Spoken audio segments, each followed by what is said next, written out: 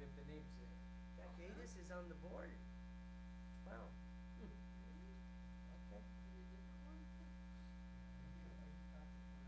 Yes. Dave Kelly. Oh, hey, how are you? I've never met you in person. No, we've spoken on the phone. Yeah, yeah. Yeah, funny things a lot. What?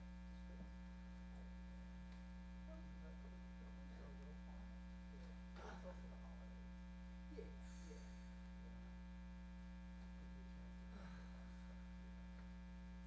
Yeah. Throw around your statements.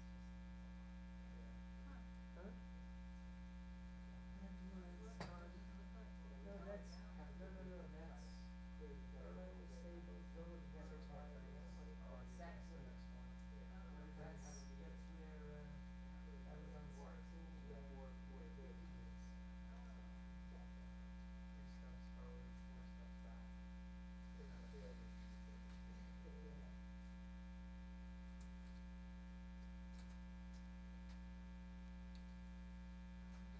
Patrick, Yes, sir.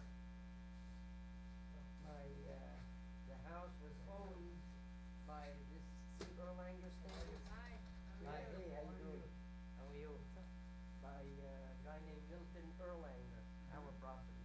Oh, yeah? Yeah, it was owned by Milton Erlanger. Now, Park Avenue, is that? That was where Saxony is. Oh. On Park Avenue where Saxony is now. You're the last holdout. Huh? Your property's the last, The rest of the Mohicans. yeah.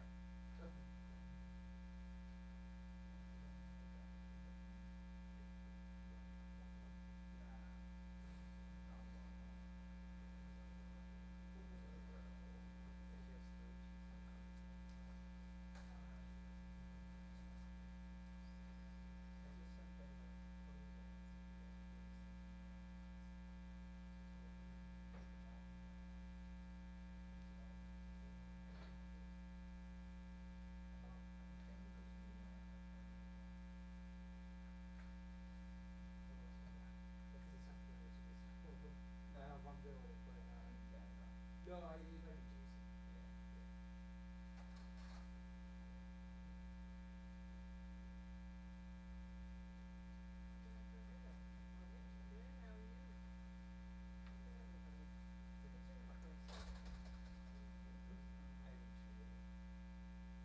I didn't shoot it. I did that.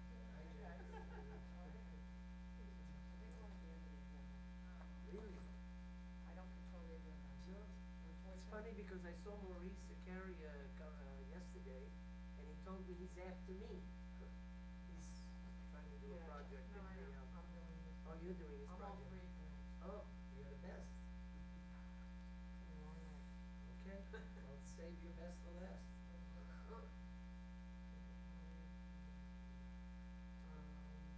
I mean, none of the ones that are going, none of the applications are controversial as far as the leaf being sawed or anything else, so hopefully it won't be too crazy. Sick a while ago. Can't get rid of the cough. And I have asthma, so when it gets in here, And I have COPD, so Right. it's the same. right, it gets in here, it stays. Horrible. I do, I take everything, I have an inhaler and a nose spray that I take every day, prescription. Wow. But, yes, today's the first day I didn't take Mucinex. Everybody I know is terrible. The little kids, the two boys have been coughing for like 3 weeks. Oh. And it's just like sometimes we say, I think it's getting better, and then like 3 days later, it's like, oh, it's getting worse. And they're fine. Oh dear. Functional. Yeah. How about a rainstorm? Yeah. 5 seconds, which how much rain. Wow, we're in trouble. They put us down at the end I this know. week. Did I upset Doc at the last meeting? I approved it to the end. I think it's random. Oh, I might keep this on. chilly. And you want me to rip them off for you? Oh, you don't have a thing? No, but I need to keep this. Yes, sir. No, but Another agenda? I guess I'll just rip my stuff off. Should I grab another one of these chairs? Yeah, I said I might not. No, I know. Ron said we can do that. Oh, really? Is it okay? No, of course. I was stressing out because I was afraid of my chair. He was like, "It's not coming, don't worry." Oh, okay, thanks. Oh, who's not here? You're all caps and I'm small. Do you have a sign? What? Do you have your sign? Here. Yep, keep going. Who's not here?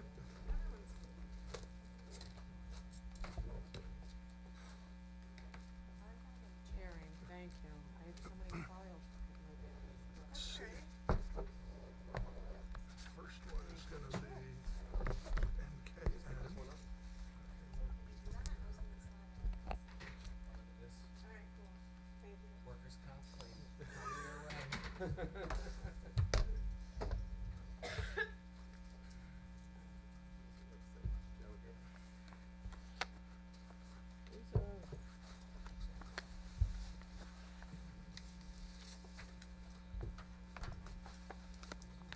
We're missing somebody?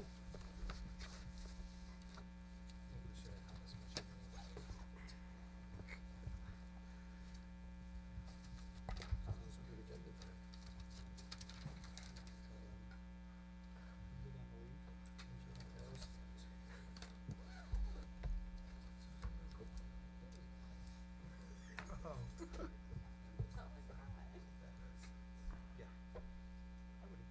I would expect phone books. should we give Put 'em on phone Ron books. the comfortable seat? What? Should we give Ron the comfortable seat? Yeah, I think it's up the highest it goes. Yeah, of course. I don't have to bring my own anymore. Nope, nope. 65 in my car. Right.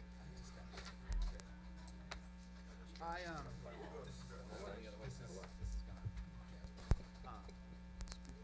yeah, so all the student employees got a letter from home.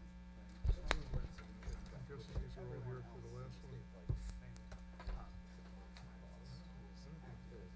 It doesn't matter. I know, I know. Oh.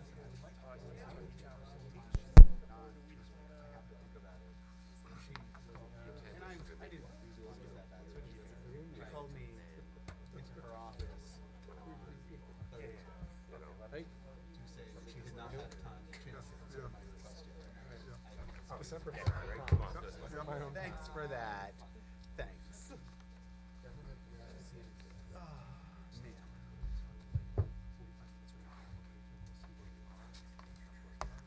Yeah.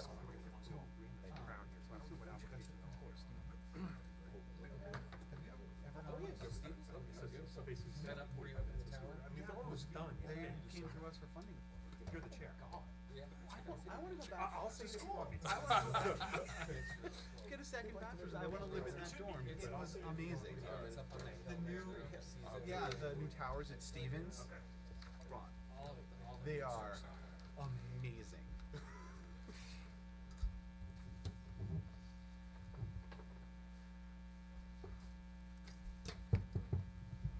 So I have to tell you a story about King. My father was in New York State College, which became King. All right, I'll call to order the Township of Ocean Planning Board regular meeting agenda, November 21st, 2022. Amy, can I have a roll call, please? Here. Here.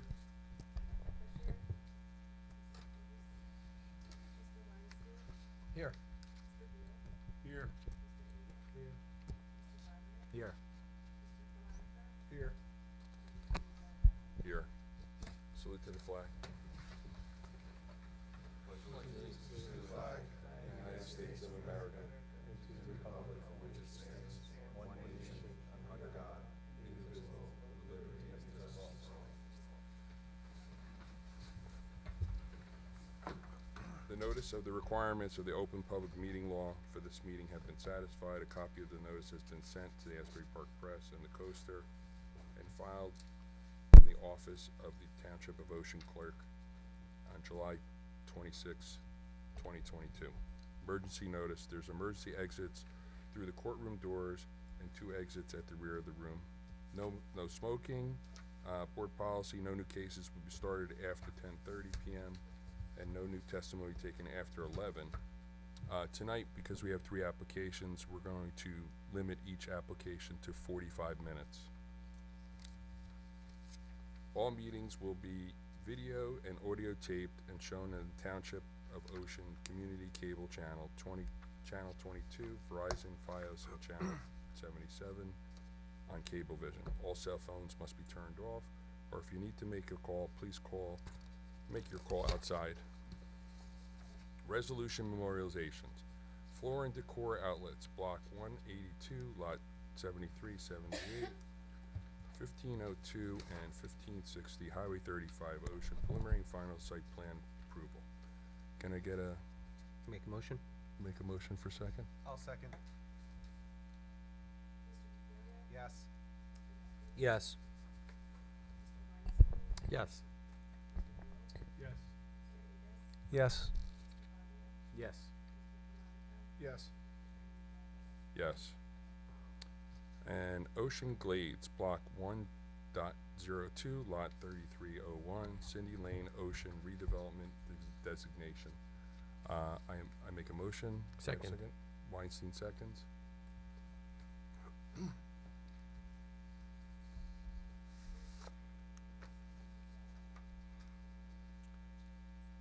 I'm sorry, what?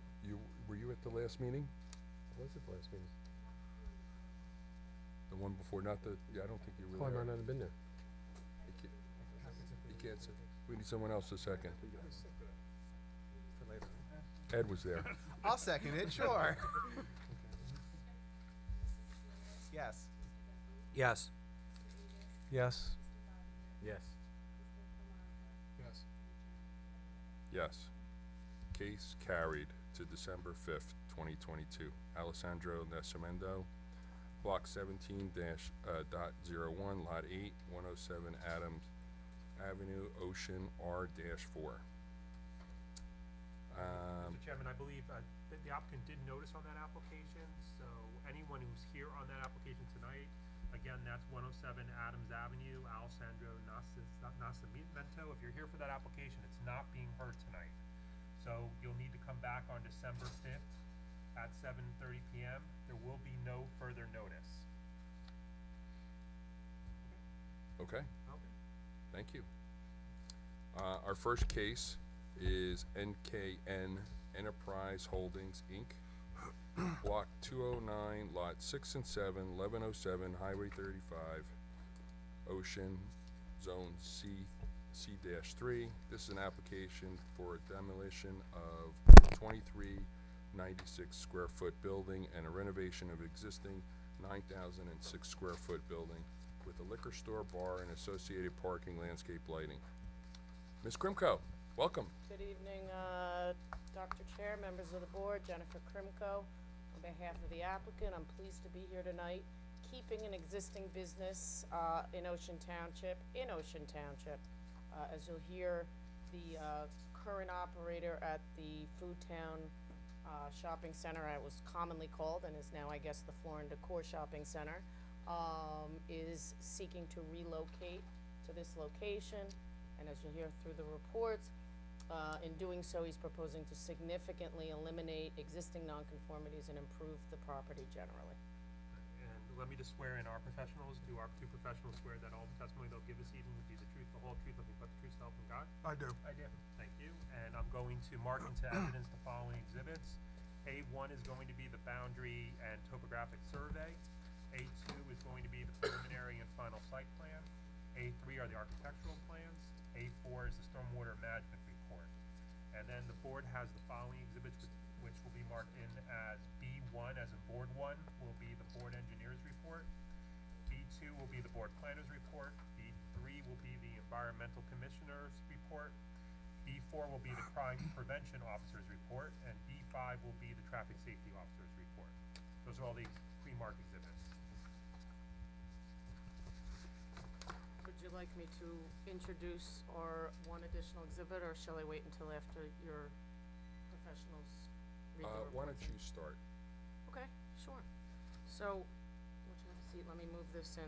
So as you left off in A4, as A5 is a color rendering landscape plan overlaid on an aerial. It is on the large board, and I do have, oh, I'm sorry, it consists of 2 pages. It's a color rendering landscape plan and an aerial existing conditions plan. So it's a packet containing 2 pages. It's on 2 separate boards. I'll move them in together as A5, and we do have handouts for the professionals and for the board. I'd like to swear in our expert testifying tonight, Mark Lescavage, have him put his qualifications on the record. Mr. Lescavage, do you swear in testimony you're about to give this evening will be the truth, the whole truth, nothing but the truth, so help you God? I do. Alright, and you are a licensed engineer, state of New Jersey? Yes, I am. Okay, are you also a planner, or Yes, I am. are you testifying in both capacities? I can. Okay, great. So- I think that's all the board needs. Okay. So, Yep, yep. give the board a minute, and then we'll jump in.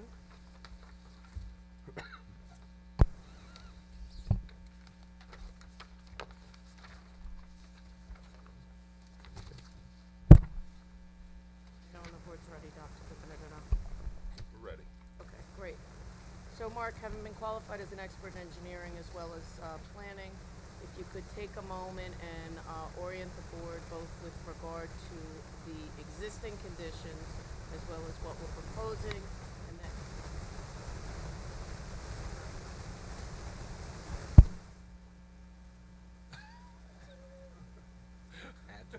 Nice. I'll hold that there. Okay. Go ahead. and- I'm not doing anything. Sorry. and then we can go. I think it's you.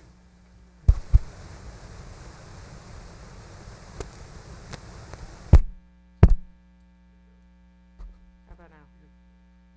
Okay. It's gonna go again, I'm sure.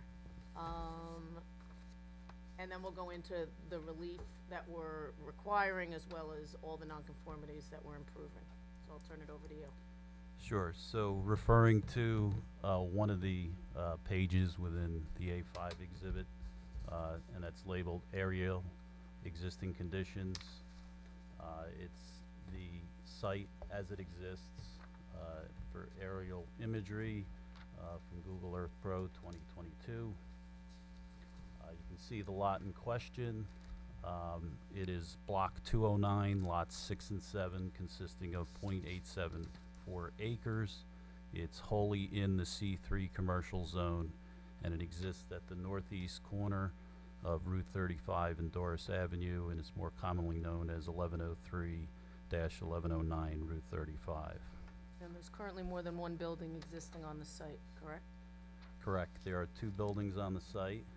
In the center area, in the center of the site, there's a 9,006 square foot building, and that is the building that's going to be refurbished in this application. There is also on the southeast end of the property a 2,689 square foot building that is being demolished as part of this application. Okay, and there is minimal landscaping as well as kind of undefined parking in the rear of the site, somewhat haphazard. Correct. There is strike parking in the front yard near Route 35, but the rear area is sort of a loading zone / parking area at this point. Okay, and what are we proposing by way of improvements? And Okay, we're, I'll change the top. Is it on the other side? yes, it is.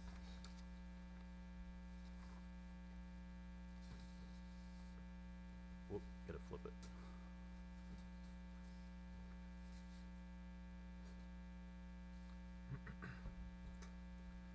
So you could, as you can see, this is A5, the color rendering of the landscape plan for the project. As you can see, in the southeast end of the property, we no longer have our 2,689 square foot building. With that, we are eliminating several nonconformities, specifically the floor area ratio, which in the existing condition is 30.7%. It goes down to 23.7% in the proposed condition with the one building, which is below the 30% allowable. So we are eliminating that existing nonconformity.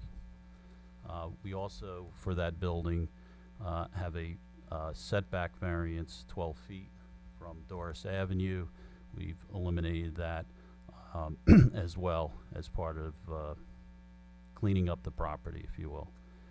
We also reduced the lot coverage. It is still over the 27% max, but it went from 41% to 31.5%, so a marketed improvement. Large building will be refurbished with a new liquor store and bar, and will also contain one of the existing businesses at the south end of the building, which is a hydroponic store. Okay, and Mark, just a couple things, just so the board knows, we do have an architect here to testify as to the interior renovations. And importantly, the existing and proposed uses are all permitted in the zone? That's correct. Okay. So let's talk about the site improvements. Okay, as far as the site improvements, the access is in a right-in, right-out off of Route 35, and also a one-way in off of Doris Avenue. That's the existing condition. We're maintaining that. But however, we are restriping that whole area to improve not only the number of spaces, but where the handicap spaces are being proposed. Also adding some landscaping in the front to have better aesthetics along Route 35. In that area, we go from 13 spaces in the existing condition to 20 spaces. We do have angled parking at the south end of the building. That's the existing condition.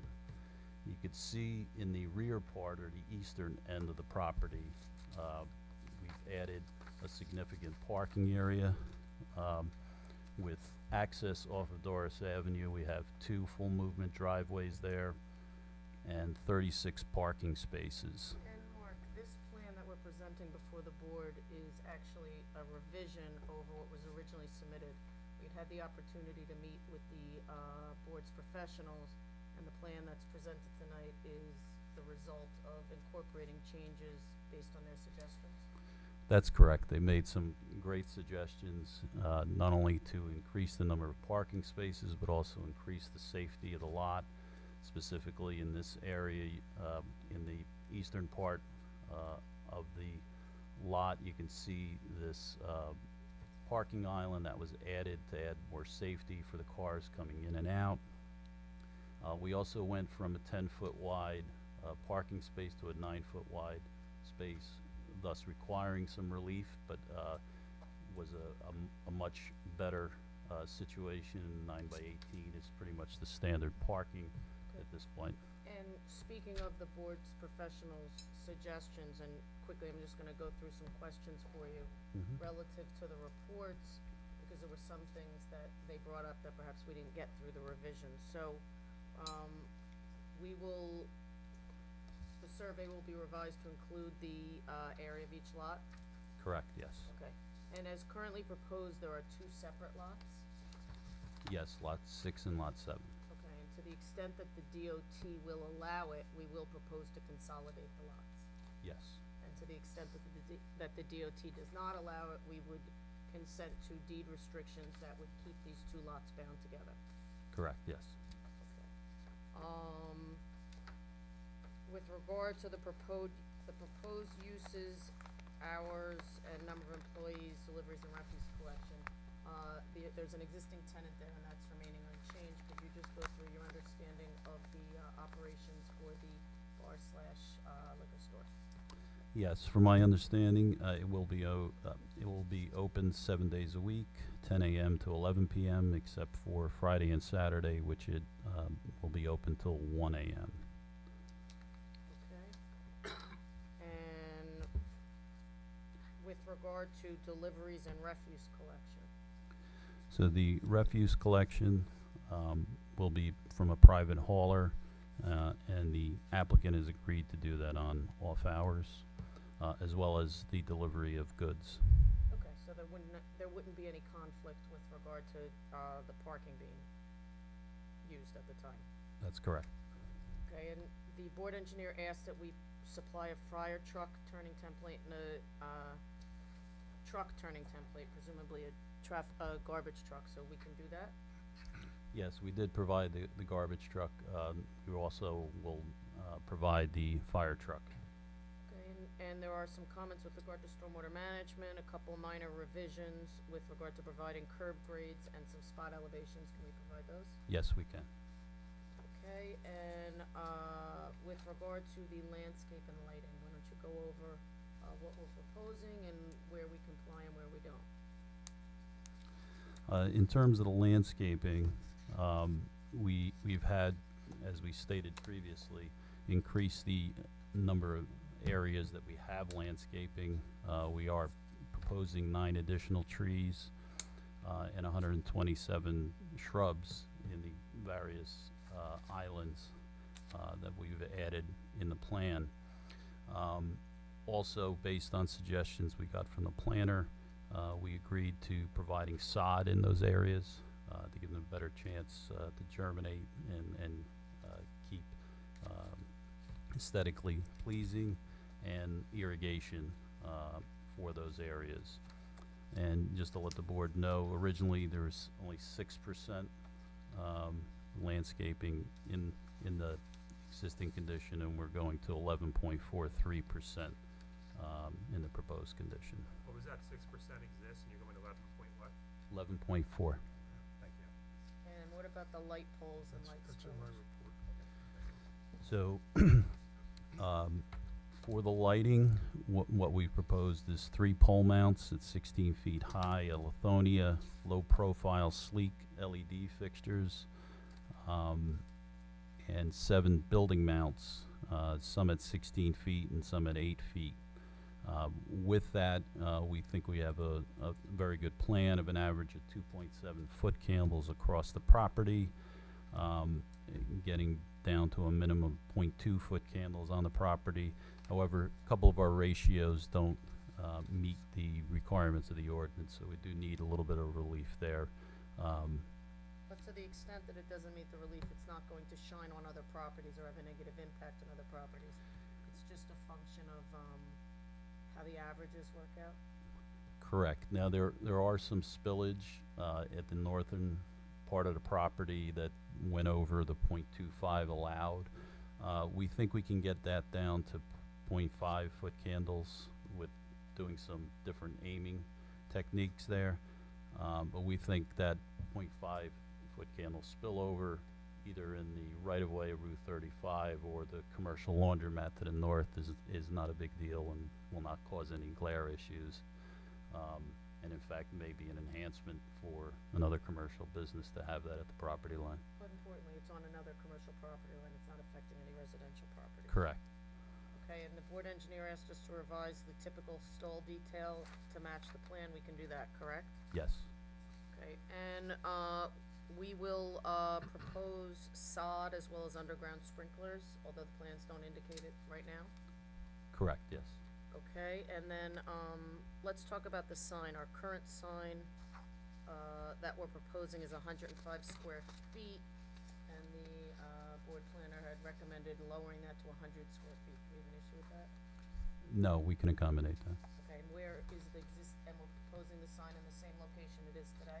Same location, which is at the southwest end of the property along Route 35. I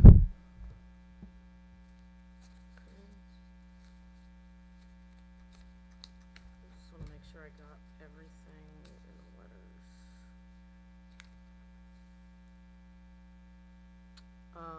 The number of curb cuts, we have 3 on Doris Avenue and, 4 on, I'm sorry, 3 on Doris Avenue and 1 on Route 35. Are we proposing to make any changes there?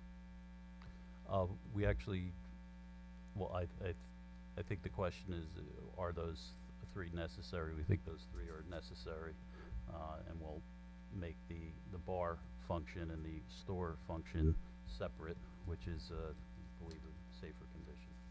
Okay, so when you say separate, meaning that people can access into the rear parking lot without driving up and down that aisle that's running east-west? Correct. Okay, so it keeps that traffic separate?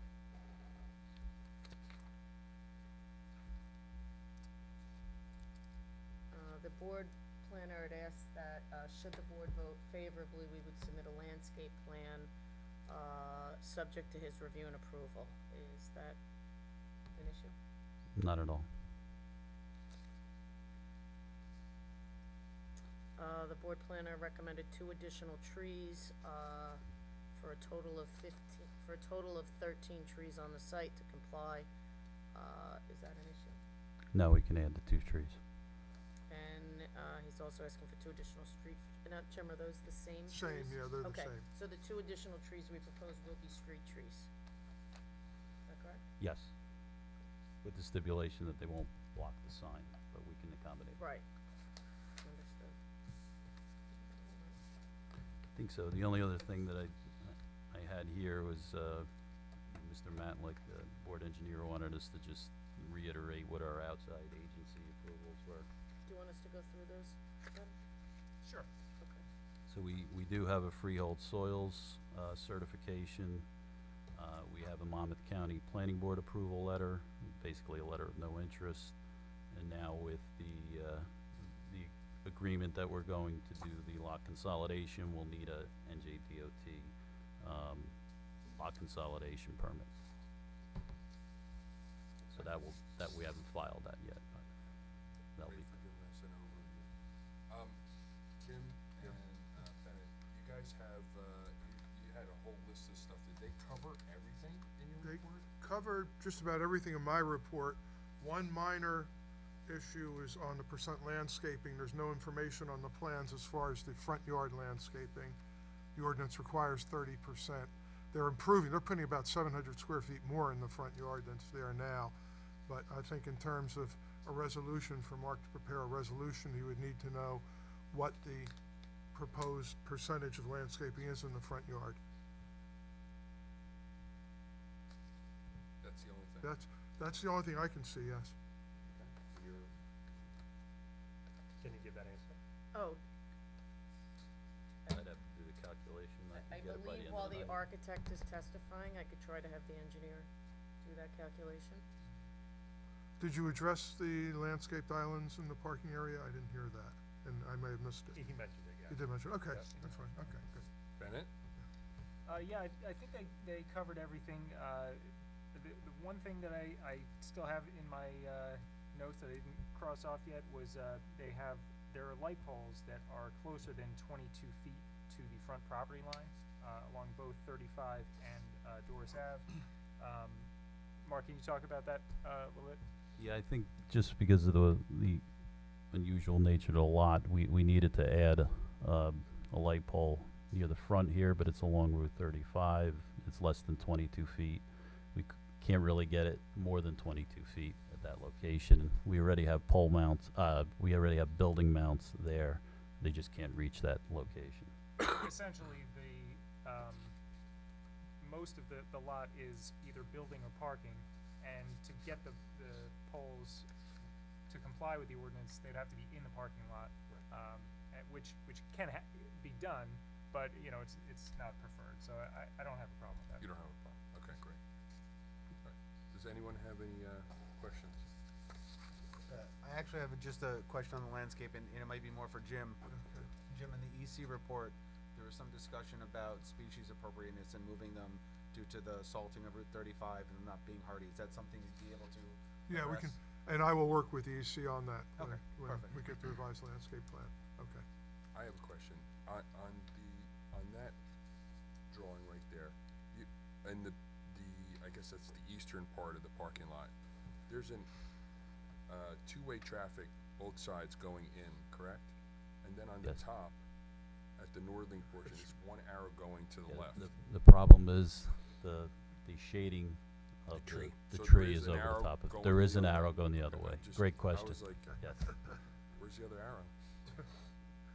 I just have 2 quick questions. The front signage on the building, is that staying the same, or the lettering? The architect will Okay, testify all right. to that. And then, is there a back door on the, I can't tell on the That's plans the there. architect as well. Okay, sounds good. Yes, there is, in this location, these 2 locations here where you see the parking blocked out, that's where. Oh, okay. Apparently Mark doesn't want the architect to All right, testify. that's Sorry. fine as well, too. Thank you. Does Anyone from the public have any questions for this gentleman here? Nope, okay, let's start with the architect. Great.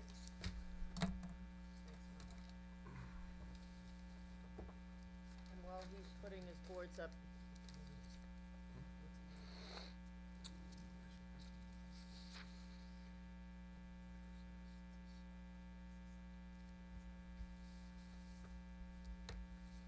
no, you can, you wanna use that so you can stand there? Okay.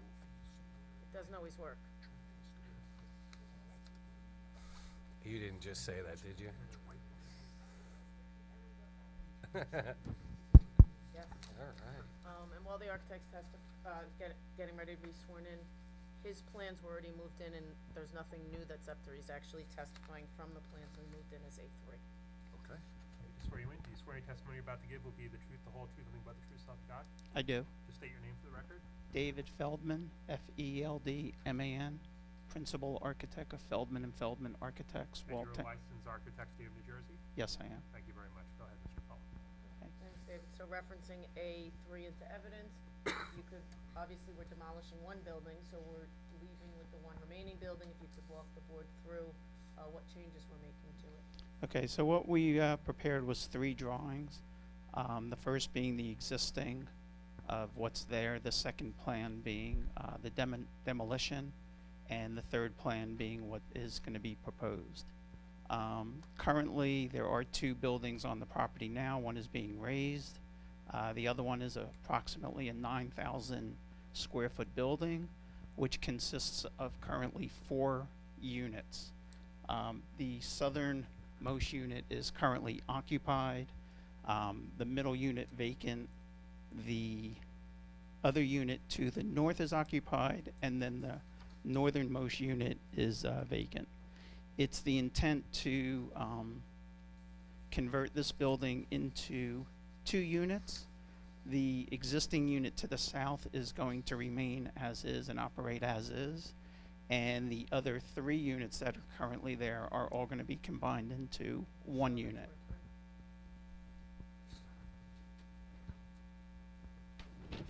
And it's in this 1 unit that we're proposing to relocate the existing business over in the food, I'm gonna call it my whole life, it was at the Food Town Shopping Center over to this location. That is correct.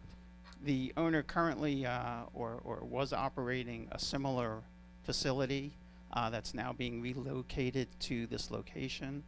As you can see, the existing unit to the southernmost portion of the building is going to remain, and the partition walls between the other 3 units are to be removed and to create 1 unit of approximately 6,920 square feet.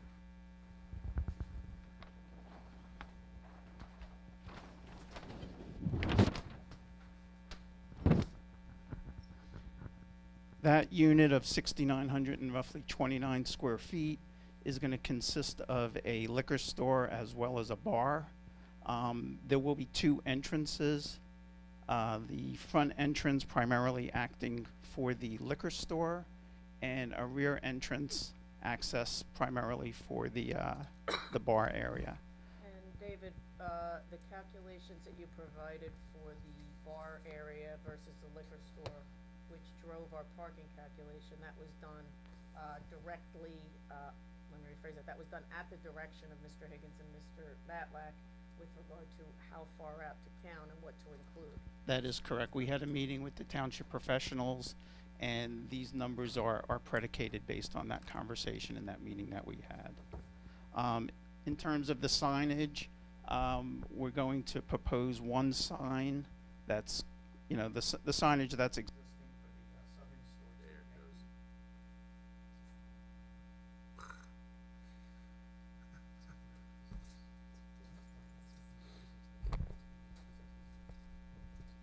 Here, Just talking to Scott. maybe Mark can let you. That's all right. And an additional sign indicated over where the entrance to the liquor store is going to be. And those signs are conforming to the ordinance with regard to size? They are. they are. And there was a question from Mr. Duffy with regard to the rear access. There will be rear access into the liquor store bar from the parking lot, correct? There is, which I mentioned earlier. Yeah. Other than that, the exterior of the building is going to be to remain as is, with no change. And that's pretty much the extent of the architecturals. Is there a reason, do they need handicap parking in the back? I don't think it has to specifically be in the back or the front. They have the necessary handicap parking spaces, that are required for the site. And they're located next to an entrance, so it doesn't have, they don't have to have handicap parking in both. And you can access the bar from the front of the liquor store. Right, it's all one room. Yeah. All one, right. Although, looking at the striping in the back, if they wanted to make one of those spaces behind the building a handicap space, I think it would qualify. If the board so feels that that's necessary. I just wanna, they have plenty of parking, right? It's not an issue, right? Correct.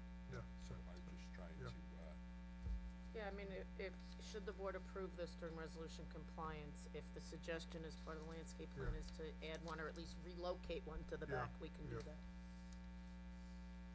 What's the name of the business? What's the liquor store, the bar liquor store? You're not sworn in, so tell me.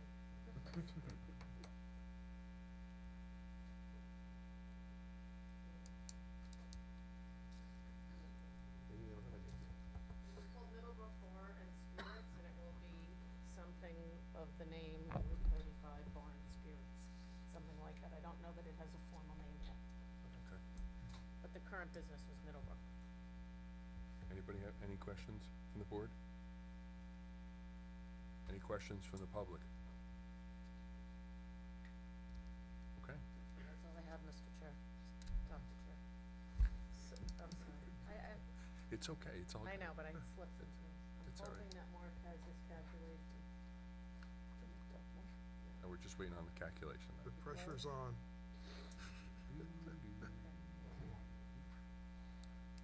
Recognizing that we need the variance, and rather than delay the time, I'd ask the board to perhaps deliberate and maybe vote, subject to us giving the exact number for the resolution, unless you'd rather hear it first. I mean, I'm we're okay with that. improving the Yeah, I'm okay. situation. You're okay with it? I'm okay with You're sure?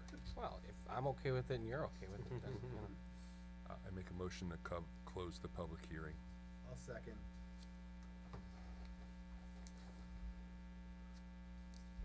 Yes. Yes. Yes. Yes. Yes. Yes. Yes. I make a positive resolution for this project, given that you meet all the, our professionals, Mr. Higgins and Bennett Matlock's reports, I'll second. and the calculation. Let me calculation, right? Yes. Yes. Yes. Yes. Yes. Yes. Yes. Yes. Thank you very much. You're welcome. I'm not leaving. I did not okay. ask. I'm saying, it's not like you say yes and you get rid of it. And by the way, you Actually, kept I it have under to go up 45 on minutes, which is December greatly 3rd. appreciated. No, I have to go up there December 3rd, so I'll put this with my meeting notes when I go up Yeah, there. they don't, do you have an extra copy of what I handed out to you? Yes. I do. I got it. So she doesn't have to keep the giant one.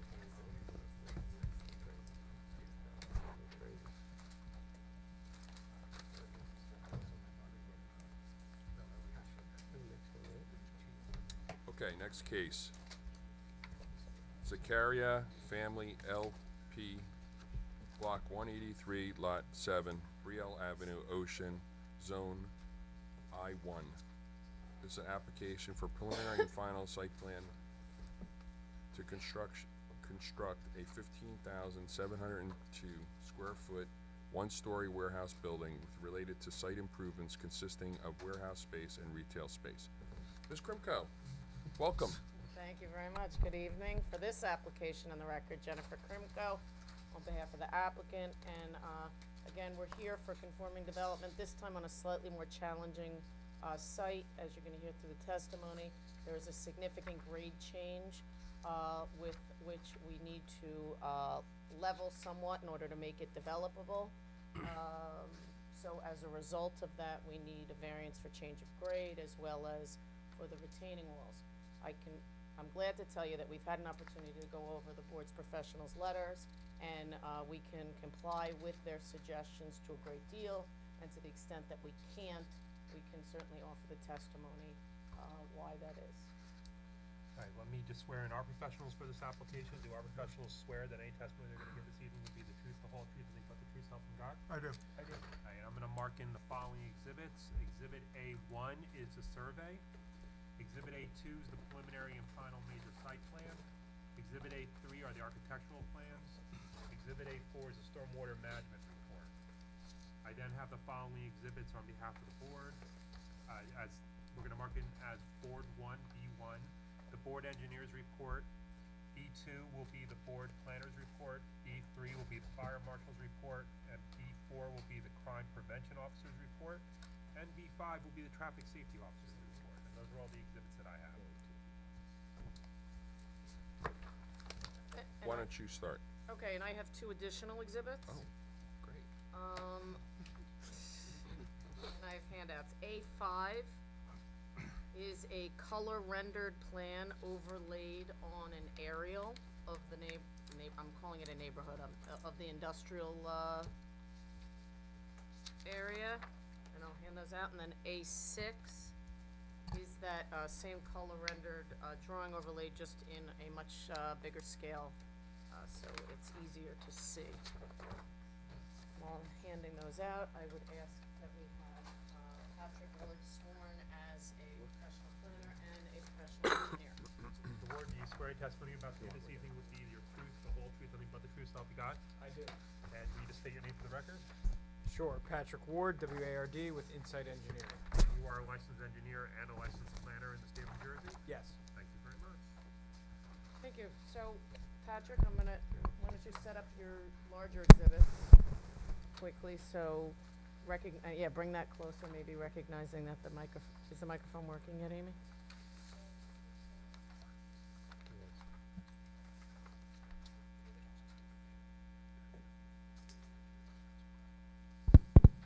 Okay. Okay. Patrick, everything that you're putting up on the,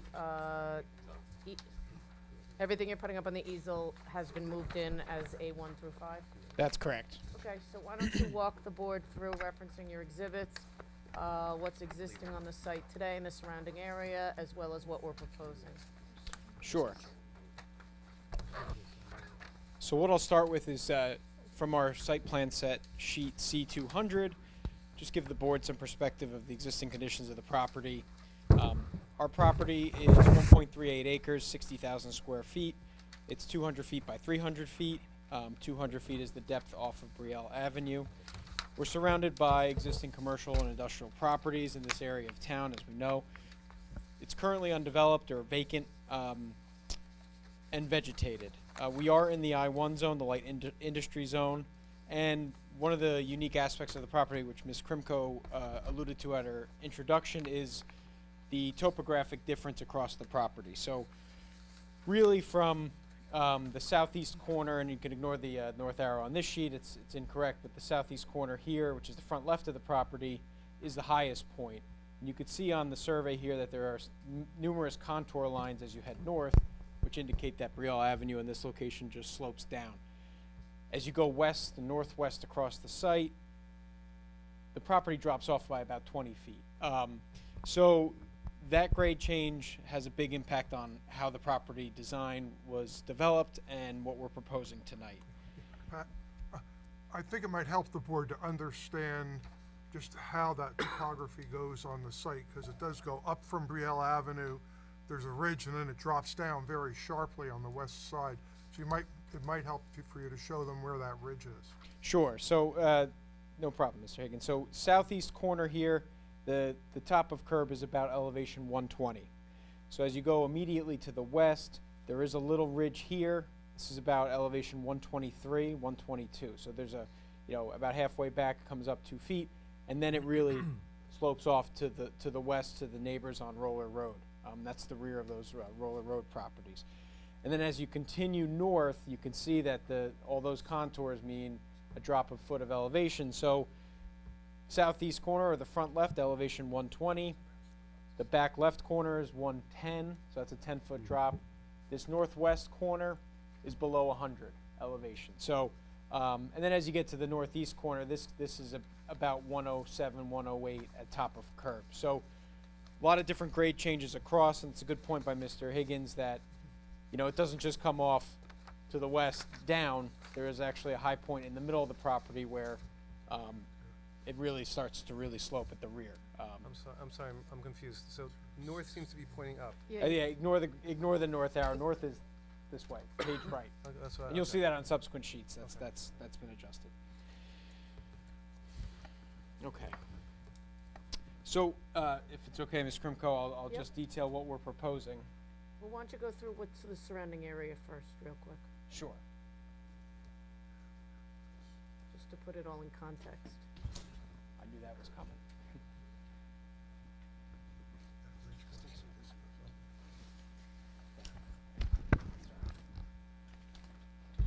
Thanks, David.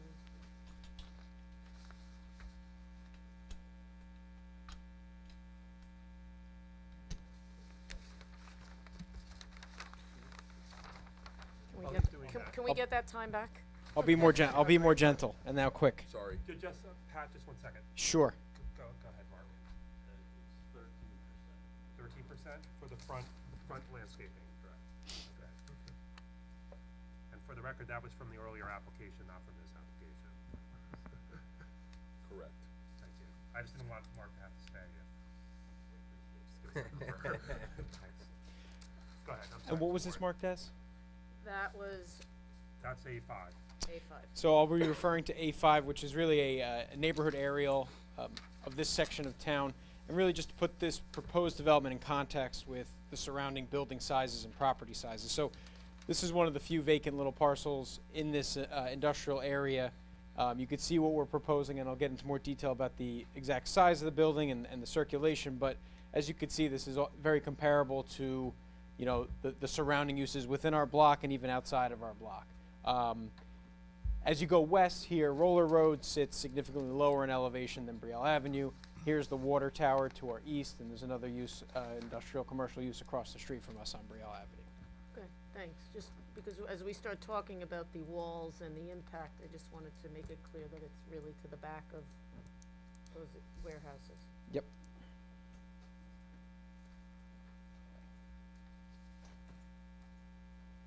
And now this is A6.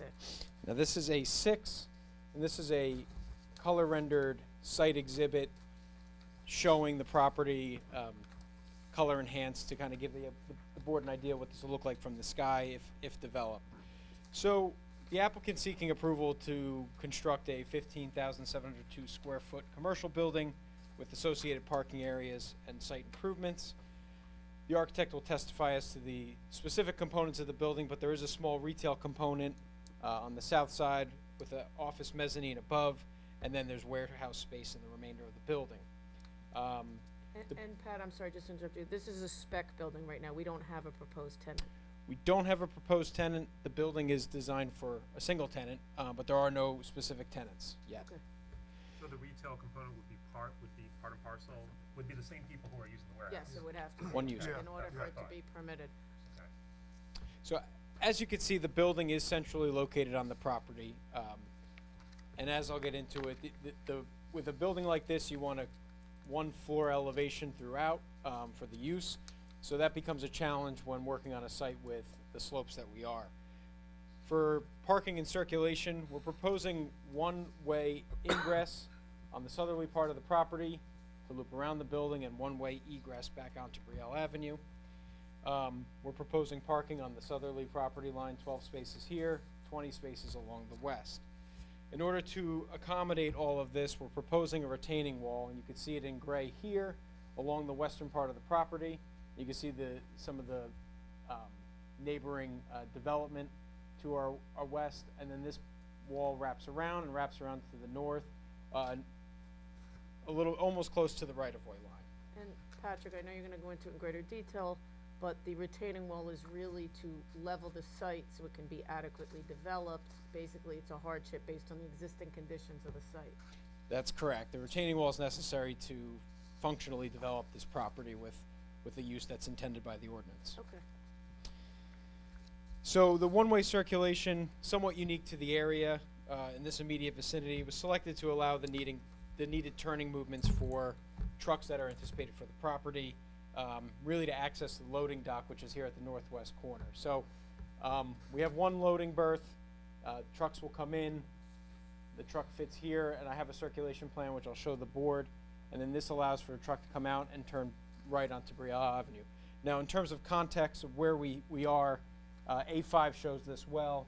We anticipate vehicle traffic coming from and to Sunset Avenue predominantly here. We don't see vehicle traffic heading towards Rose Avenue or any other direction. Sunset Avenue is really the main avenue to get to this area.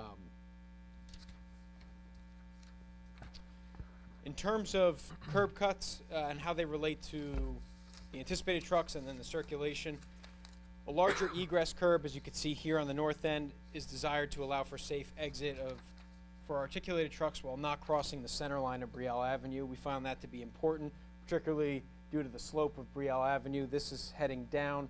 We didn't want to interrupt any traffic on the opposite side of Brielle Avenue heading past our site. So in order to accommodate the articulated truck, and I'll pull up our circulation exhibit for the board to see.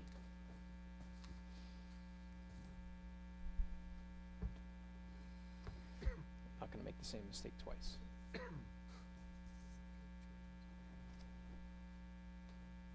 This is sheet C301. This is what we see as the typical movement of the largest vehicle entering the site, coming from Sunset Avenue, making a left into the site, and you can see the maneuvering to get to the loading berth, back out, and then right on Brielle Avenue, not crossing that center line. So the desire of this application and of the applicant is to provide a wide enough curb cut to not overtop the curb and to safely exit back onto Brielle Avenue.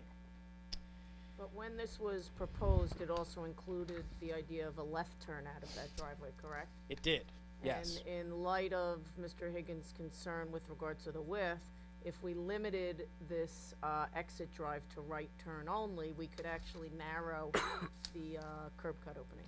Correct. So we explored that very recently. Having a right turn out only onto Brielle Avenue, which is really what we expect, we can meet the curb cut setback distance to that northerly property line, which was coming into tonight a variance condition, but we can also narrow the curb cut to 40 feet, which right now it's proposed at 56 feet, which the numbers sound high, but we can dramatically reduce that with that change. Okay, so we're stipulating that should the board approve this, we would revise the plans to show a conforming setback from that exit drive, as well as reducing the curb cut from 54 to 40 feet. So it's gonna be a right turn only out of it? Yes, it'll be a right turn only. Just one more point on the parking. So we have hairpin striped parking spaces. They're proposed to be 9 by 18. The ordinance requires 10 by 18. We're proposing a 9 by 18, which is really a more common standard you see across New Jersey. We're proposing 32 parking spaces, 10 of which, based on the calculations in the ordinance, are really meant for a retail use or the retail component of this, and the other 22 spaces are intended for the office and warehouse staff, again, as a strict function of the calculation in the ordinance. And let me just interrupt. So the retail we're proposing is a worst-case scenario based on the ordinance.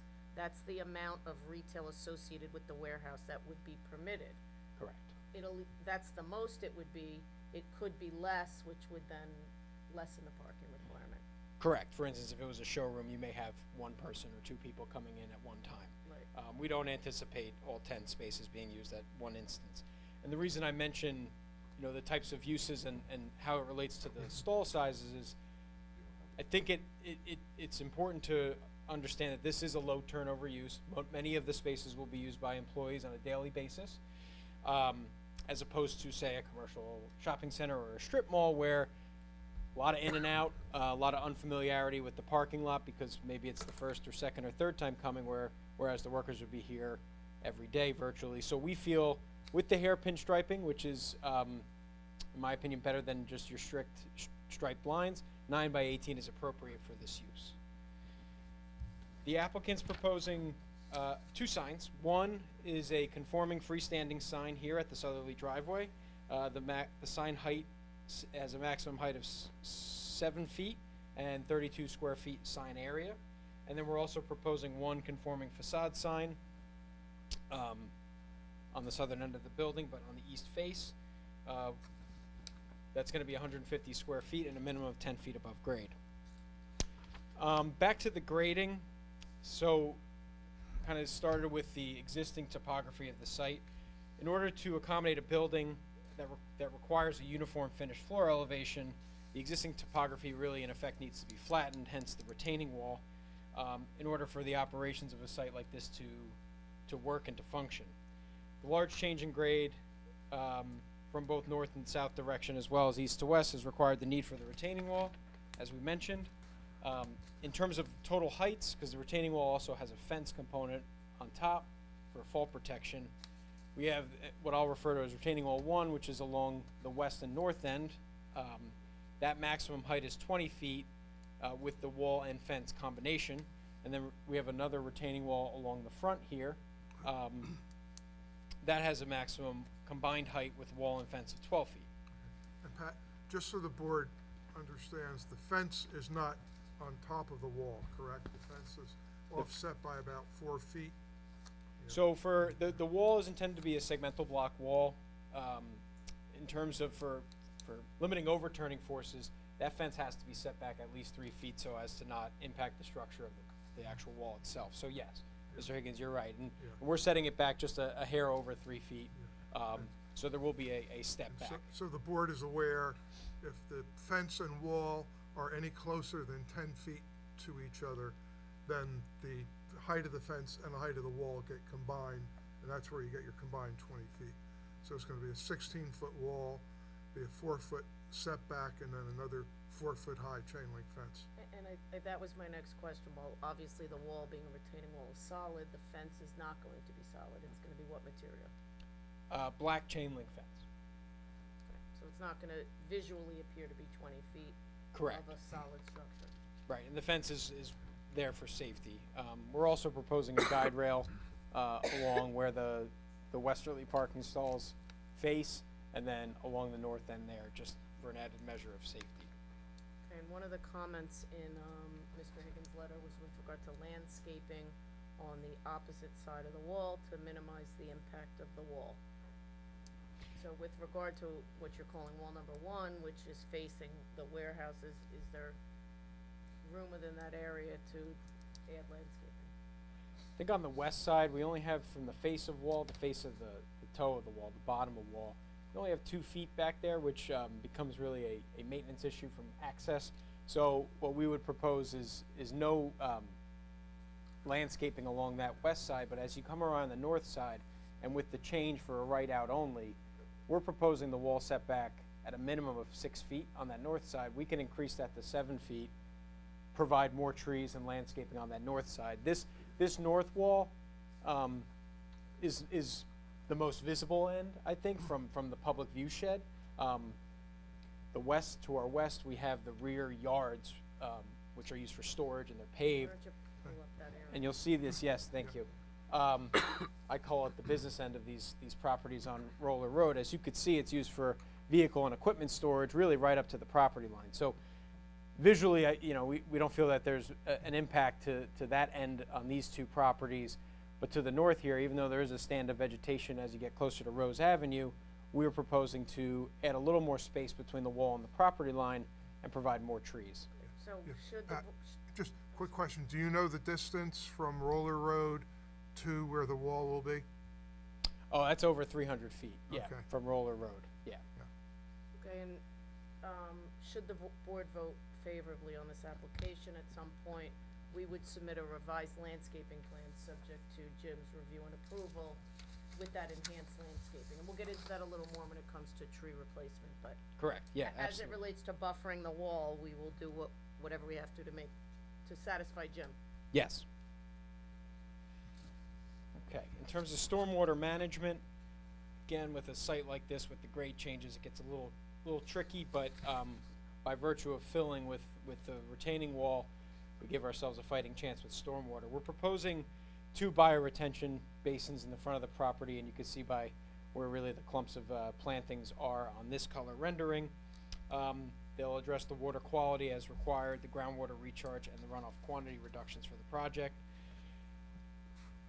Right now, the site discharges to the northwest over land flow into the neighboring properties directly. What we're proposing to do is collect the site runoff, manage it, treat it, and connect via pipe systems out to Rose and Brielle Avenue into existing infrastructure. We are putting in one stretch of new pipe, but from a new manhole here, we're proposing to connect to an inlet at this corner, which is still the general direction. Everything ends up down here, but we're proposing to directly discharge into municipal infrastructure, thereby limiting any overland runoff to our neighbors to the north and to the west. So we're actually improving the existing conditions, notwithstanding the change in coverage. We're forced to improve with the reductions that are required by the ordinance, but we're further taking it, we're limiting drainage impacts that those neighbors would see today.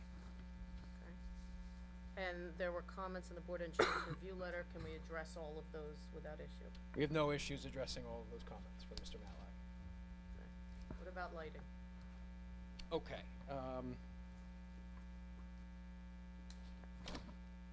in terms of site lighting, pull up the board. I think we got a pretty good general overview. I wanna hear what our professionals have to say about are there any, issues that, are still on the agenda that we need to clarify? Ben, do you wanna go first? I mean, this is I a think most of the issues are proposal engineering for anyway. warehouse. I mean, it's not that complicated, Yeah. an industrial area. Um, We need to go through lighting at this point. So, I had a question about the, I guess it's the drive-in door. Can you explain what is that for? What kind of, is it the same type of trucks that are gonna be using that? I think that's the architect. It's more an architect, okay. You're talking about for the loading? Yeah, so you have the turning template with the tractor trailer to get to the loading dock. And then opposite of the loading dock on the other side is, it's a drive-in door. I didn't know if the same type of truck had to maneuver into there or not. No, the architect will testify Alright. to that. A lot of, Mr. Chairman, a lot of my, comments were technical and they did address a lot of them, particularly the stormwater management. There were a lot of just technical comments that I think are very, easy to correct. So, other than that, I did have some, comments about lighting, which is fine. They're also, just very similar to the last application, have to do with, uniformity ratios and things of that nature. So other than that, I don't have any other real concerns with, from my report. Jim? The one concern I had was the height of the walls. And then when I started looking at it, and you realize when you look at the site from Roller Road, you've got 2 large warehouses that are blocking the view to begin with. It's 300 feet away from Roller Road, and the backs of those sites, again, are used for basically vehicle storage and. I don't understand, why are you concerned about the height of the wall? Only because the ordinance limits it to 8 feet and the wall is 16 feet. And visually, I thought it might be an impact. I don't think it is. I don't think it is a visual impact at all. And the site is really challenged in terms of topography. So I think that the height of the wall is necessary in order to develop the site. So what's happening with the grading? Is the building actually gonna be higher than the other buildings around it? Is that Yeah, what happened is that this was the sand hills. It was mined. the properties to the immediate west of this site were originally basically the height of this site, and the sand was mined from them, and then they were developed. So they're down much lower than the subject site. The subject site's up here, these buildings are down here, and the subject site tapers down towards those other lots. And in order to level the site out, that you need those retaining walls. We're So gonna that- we're gonna be at a similar level as Yeah. the property next to us as well as across the street. Yeah, yeah. But it basically. We're not up on a yeah, hill in the area, we're not like the water So tower. you're looking, down west, but everything is level east. Correct. Yeah. Okay. Actually, it So- goes up to the east, as you know, the water tower goes up. And the only other alternative would be to basically mine this site and build the building much lower, and I don't think that makes sense either. So I don't have a concern with that. The only other issues, they've addressed most of the issues in my report, and the only other ones they haven't gotten to yet is the tree replacement. And we can stipulate that we will work with Jim and add trees wherever we can, And- that it doesn't interfere with utilities, and it doesn't interfere with stormwater. And the thing is that while there are a lot of trees on this site, most of them are just scrub pines. They don't have a lot of value. But you know how I feel about the trees. I do, Yeah, which is yep. why we're happy to agree with whatever Jim thinks would fit on the site. But you stipulated about utilities. How Yeah, do the so utilities have anything to do with the We're trees? not allowed to plant trees over utility lines. Yeah, you can't plant a tree within a certain number of feet of a utility line. And Utility lines, are there Ben utility can lines there? tell, Yeah, tell you about that proposed. is more than So- I can, and I can tell you that the township engineer is very strict on So that. Dr. DiBenedetto, when I asked Patrick, we have this open area on the bottom left, why don't we put a whole clump of trees right there? He Right. said, we can't, utilities. So why don't you, But you could put in the back corner, 100%. right? Yep. Both back corners, right? Yep. Yes. There We're- and the we're- other corner. Yeah. We're maintaining 2 trees back here and 3 trees here. We can supplement those. We have 2 pieces of infrastructure required for the water connection. We have a backflow preventer and a water meter pit, and then we have a transformer here for electric. So we're very limited on this area and being within the 10 feet, and I agree with that comment. With the modifications to the driveway, we're giving ourselves more room here on this northern end to plant. There's definitely trees as you get closer to Rose, Right. but we can supplement that, and that's what we were talking about before the hearing. Are you good with that, Jim? Yes, yes. Okay. You had a question for the architect? Regarding the truck turn, what kind of vehicles are All gonna right, get so, into there? so any yeah. questions from the board? Yes. Shoot. The 2021 law requiring charging stations for new construction, does that have any effect on this? It's based on the number of parking spaces, and it's entirely possible we would require, and we would have to comply, it's a state statute, and we're not allowed to get relief from that. So to the extent that it does apply, absolutely, Mr. Bean. Yeah, I think it does apply. I think if you have less than 25, you're exempt. So in this case, they're 32, so that's a good question, and I think they would have to comply with that. Any other questions from the board? Yeah, staying on the theme of parking, the one thing that I've noticed, because I've driven that a lot, is that there's a lot of on-street parking. I know that when you were talking about the trucks coming out, you were concerned about them not crossing the center line, and the renderings and the truck movements, you know, I forget which one we marked, but the one that has the close-up aerial, you know, it shows some of the cars. Are you at all concerned about the trucks coming out if there's on-street parking? Is there any intention to try and limit the on-street parking between the 2 driveways, the entry and exit? Well, I don't think we have the ability to limit that, but Well, what I can tell you is that a lot of the, and this was before the zoning board, and this is just some history for you. On the corner of Rose and Brielle, there's an existing, property that's used as a warehouse with, I think, a wrestling or gymnastics there. And a lot of people park on the street there because there's almost no parking near that entrance. The zoning board recently approved a big application to allow for a, car club there with much expanded parking for everything. So I anticipate that when that is built out, a lot of the people parking there now will park on site. We are meeting our parking, so we will have no need to park on the street at all, on our side. Yeah, I was more concerned about the trucks leaving, but if you don't think that's, No, and that's why my testimony was that we're trying to really get that truck exiting the property within that traveled lane away, and not going into the opposite, and also not riding the shoulder of the street up Brielle. So no, that is a good point. okay. And then on a slightly different topic, are you gonna require any fill to be brought in to grade? The way this gets accomplished is by importing fill. Yes. How much fill, and for traffic purposes, how many truckloads of fill? That I don't want to speculate. I haven't done the math on that. Good, bad, indifferent. But in order to accomplish this, there's really no cut. It's more just all fill. But we are bringing down some of the high point and raising some of the Yes. low points. So right, there is some redistribution happening to make it work, but there will be net fill. And then I just have a question for Jim on this. I forget, in this zone, would they need a variance if this site were to become a distillery or a brewery?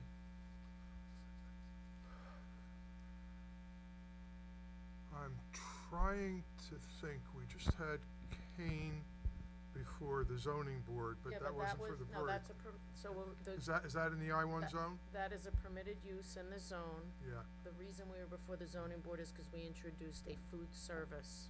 yeah, so it would be permitted to be a distillery or a brewery, but at the same time, if it was, they'd have to meet the parking requirement, Correct. which may change Which would considerably. mean the tasting area Yeah, would be very limited. Would yeah, fit within 2,000 square feet of a retail It zone?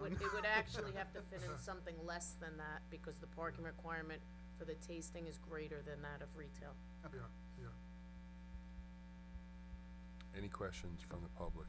But if you have a prospective tenant, let us know. All right, so you wanna bring the architect so, Bennett can ask his question? Great. I love the speed with which you are ruling this hearing, Mr. Chair, Dr. Chair. I'm trying to stay with the 45 Do you minutes. swear any testimony you're about to give will be the truth, the whole truth, nothing but the truth, so help you God? I do. Just state your name for the record. David Collins, Collins. And Mr. Collins, you're a licensed architect, state of New Jersey. I am. Thank you very much. Go ahead. Dave, you heard the concern that Ben had. What is that doorway for? So we have a 12-foot by 12-foot door. It's really just for loading smaller trucks so they can be loaded at grade. There's no trucks, really big trucks driving into the building at that door. Can you show us on a? Certainly.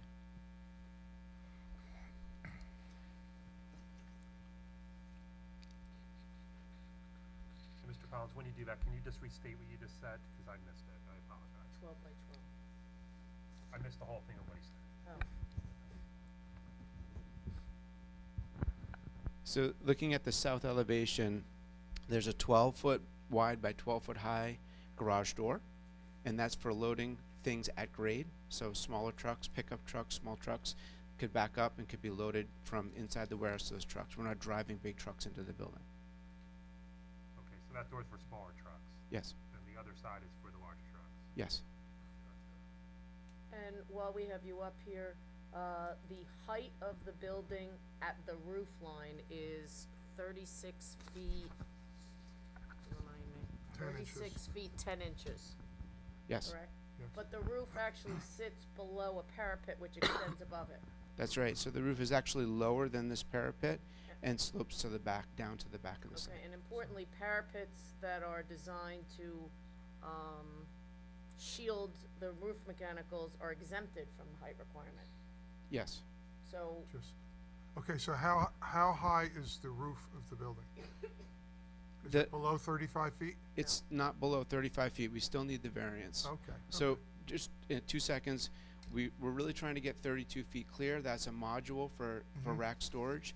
And we wanted to slope everything to the back to keep our leaders and everything that are ugly towards the back and not in Okay. front of the street. And that's why we did that. but importantly, if we were at 35 feet, the building would look identical because the parapet would be the same.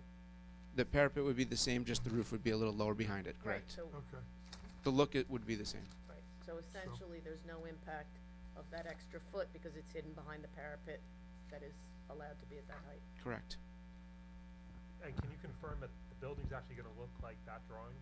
I can. Thank you. Was that part of our packet?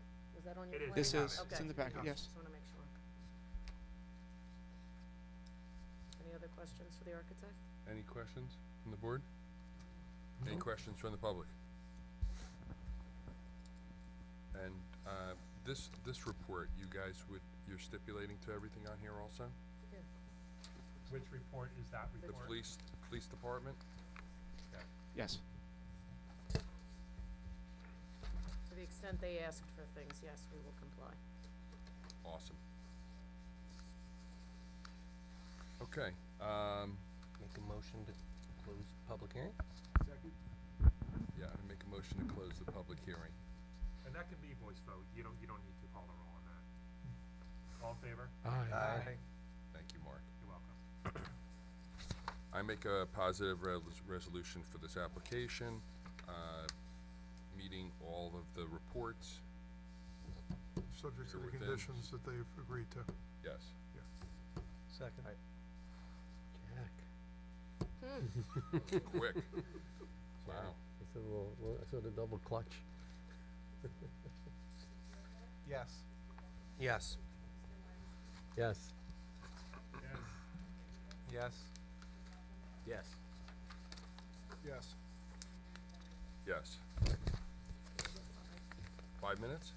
We'll take a recess for 5 minutes. Thank you. I need a health break. What's that? I need a health break. Okay, that's all right. You're entitled. 45 minutes though. That's it. All right. You know, I'll be back in 3. All right. I didn't do it, I wasn't there at the break.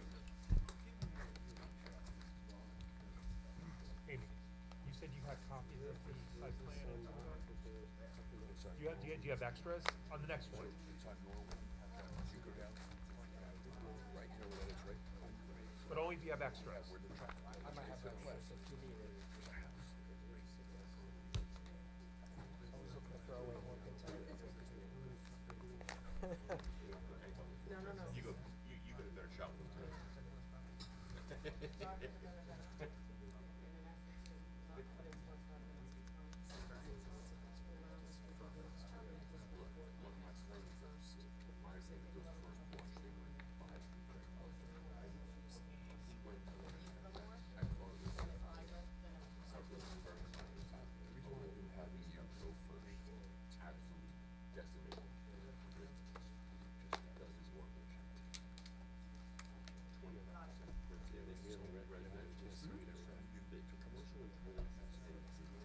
Amy, if you don't have it, don't worry.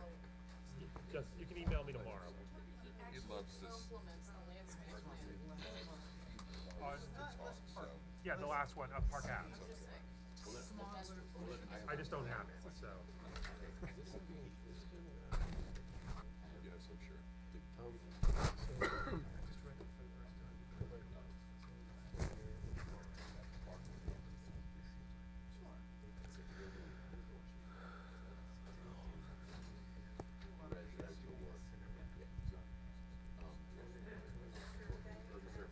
Site plan.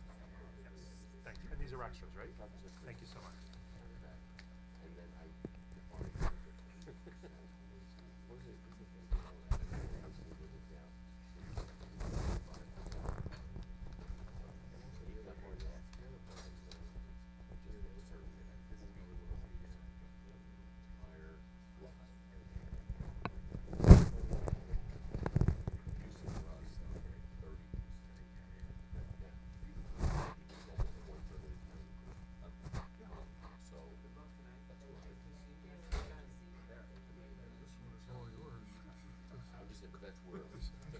Performing 72 feet.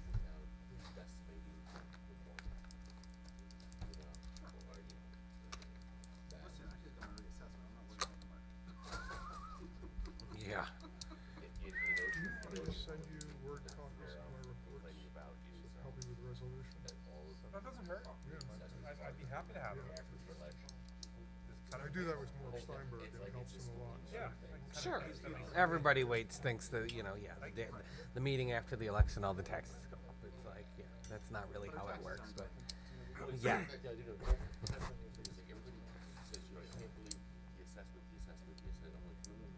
What? Right. No. Right. That's a good point. I want the levy to be Yeah. that's my, Maybe the applicant's attorney knows. Do you have any affordable housing requirements? like I said, I read the comments. Well, that's what I mean, that's what I mean, the 1.5%. You have to pay 1.5%. So that's a requirement, yeah. Well, they have these recalls, you know. Yeah, to pride, no. We have to pay the percentage, yeah. Yeah, if the ordinance That's- says that, yeah. Yeah.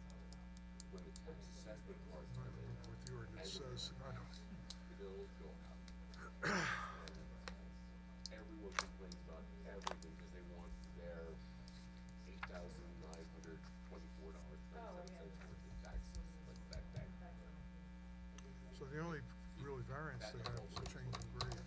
What? That's it. Yeah, Everything else yeah, complies. But yeah. yeah, let's have that conversation soon. I know we can introduce something, but Yeah, there has to also be. You're not allowed to put 35% stormwater total management impervious surface. serves Everyone's like, no, on a private lot unless you have HOA. so. That's a good place to start. The only real question I have on this one is that little appendage that goes out. I just attached to the road, it's gonna attach to the And I road, Okay. the lot that it's adjacent to. Yeah, It's gonna okay. be grass, so you can access. Okay, yeah, for okay, road. okay. Likely, if the guy who's adjacent to it wants to make a deal to buy it from us Yeah, and pay for the yeah, subdivision, he can yeah, have it.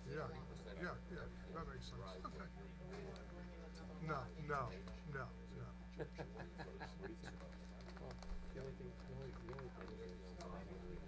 You can put the trucks in, you know, locked in.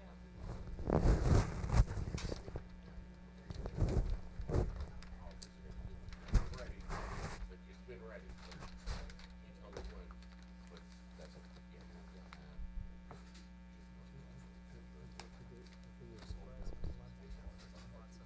Yeah.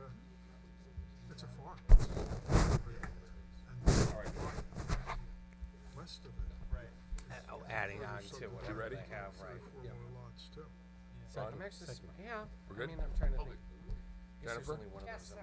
my- Let's do it. Ready, All right, our next application, Renee and Lori Rofay.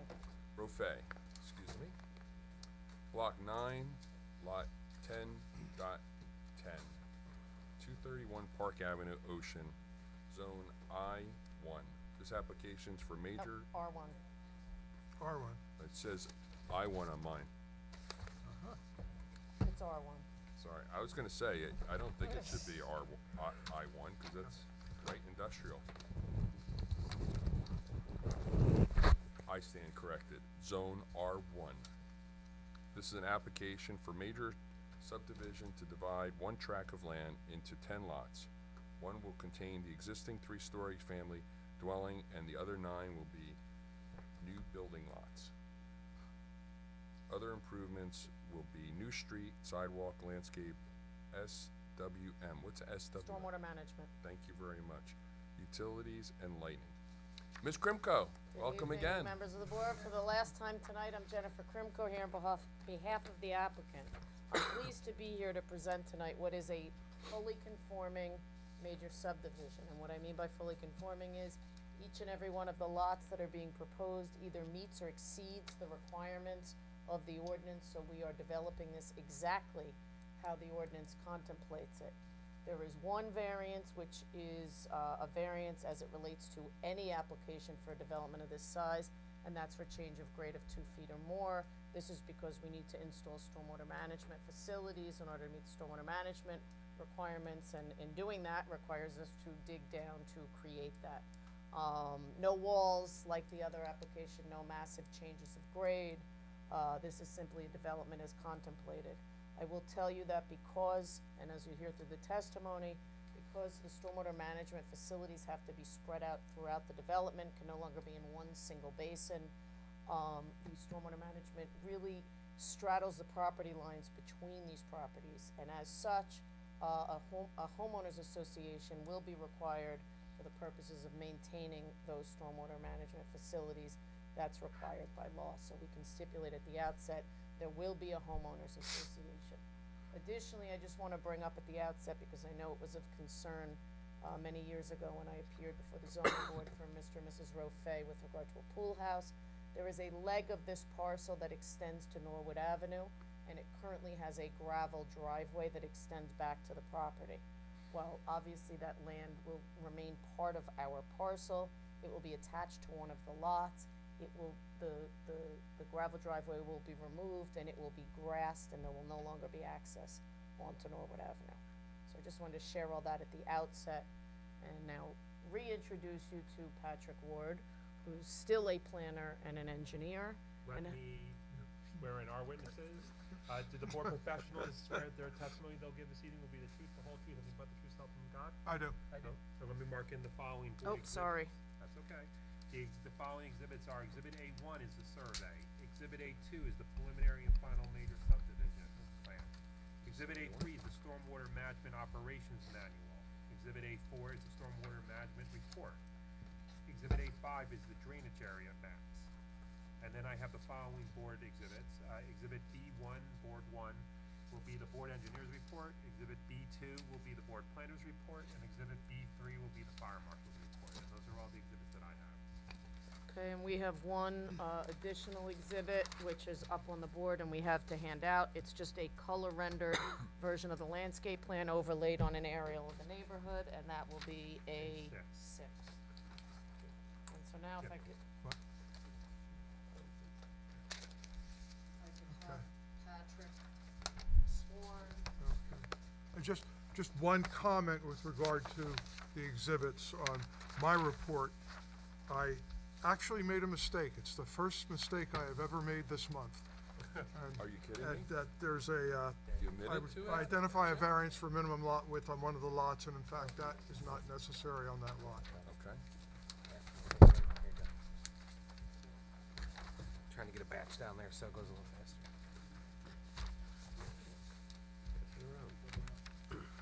I like this. Was Pat sworn in? Yeah, no, I did not yet. Okay. Mr. Ward, do you swear your testimony you're about to give is the truth, the whole truth, and nothing but the truth, so help you God? I do. Just state your name for the record. Patrick Ward, W-A-R-D, with Insight Engineering. And I assume in the last 10 minutes you have not lost your planner or engineering license. That's correct. Good. Thank you. Okay. Thanks, Pat. So why don't you just walk the board through what's existing and what's being proposed?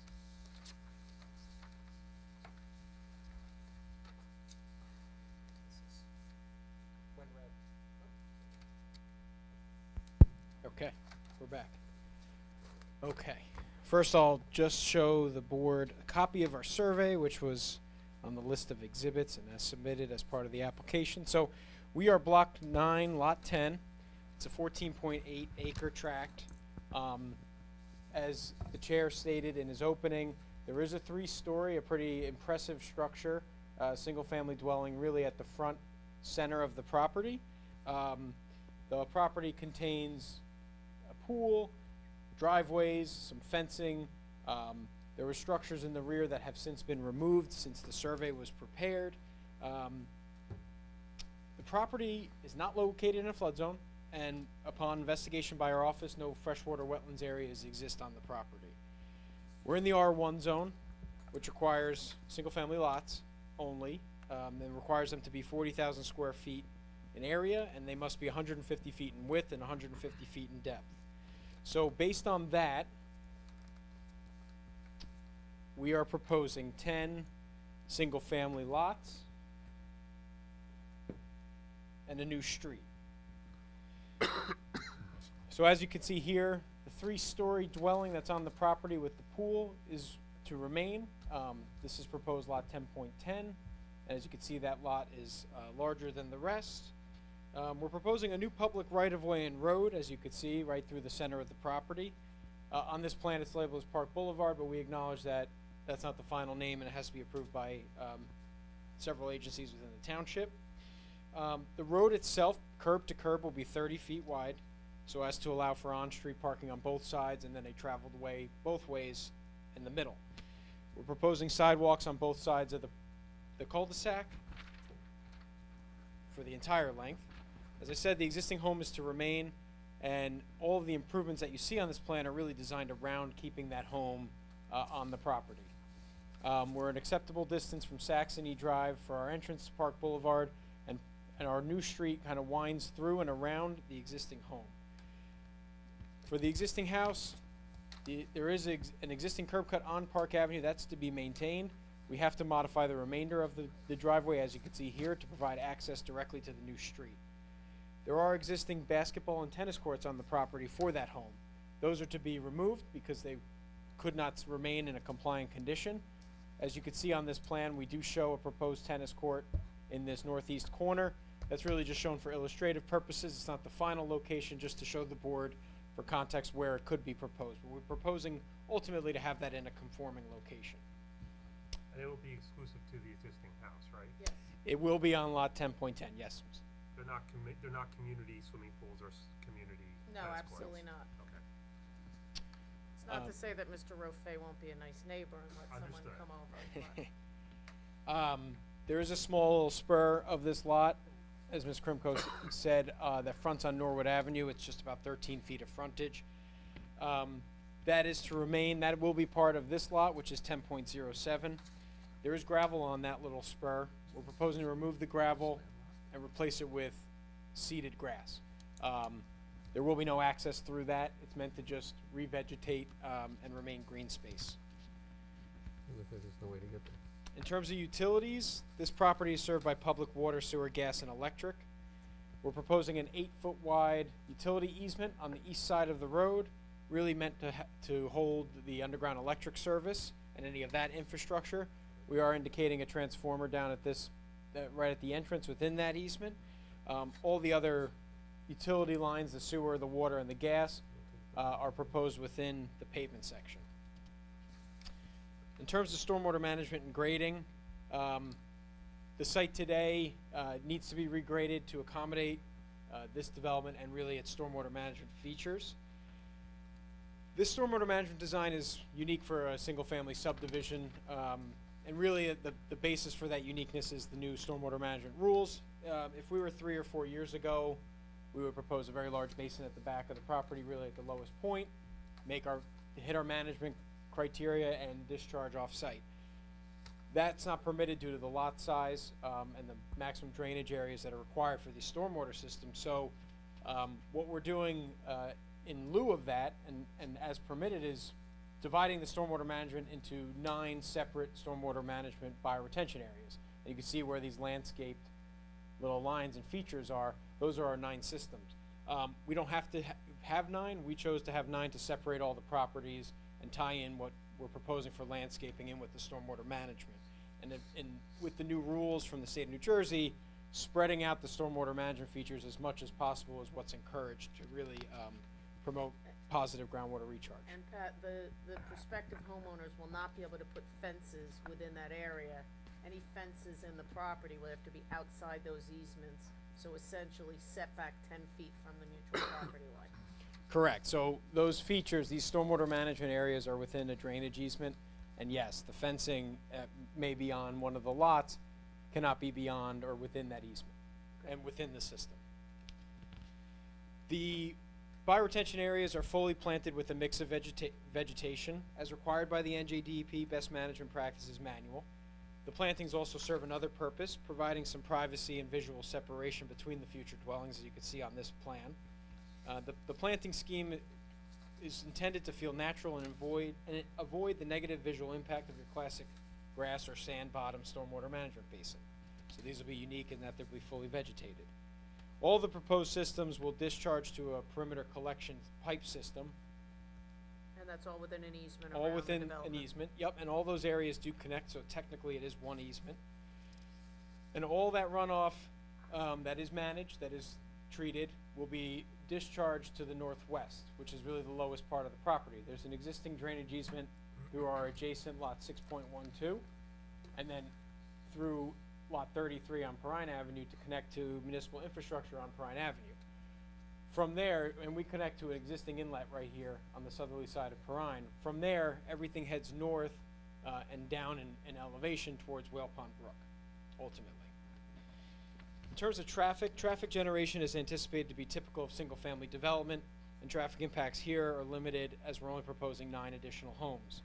The intersection at Park Avenue will have a stop bar and sign, so it'll be stop regulated, and the intersection is an adequate and safe distance away from Saxony Drive to provide adequate turning movements. In terms of lighting, we're proposing 4 street lamps throughout the site.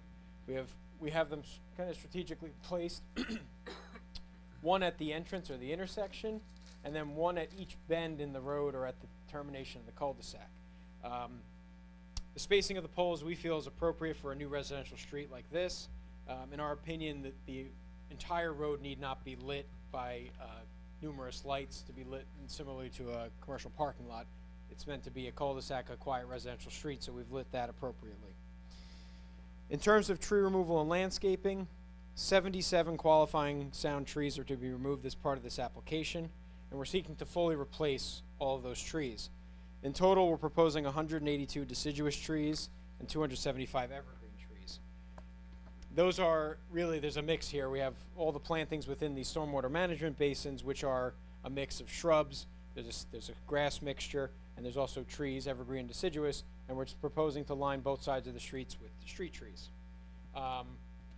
One other thing as to why we're not proposing street trees on Park Avenue, for those that have been by the site, there's a substantial mature evergreen buffer along Park Avenue, really screens the site very well today. That's to remain, only to be modified to provide for the new street entrance and any site distance triangles.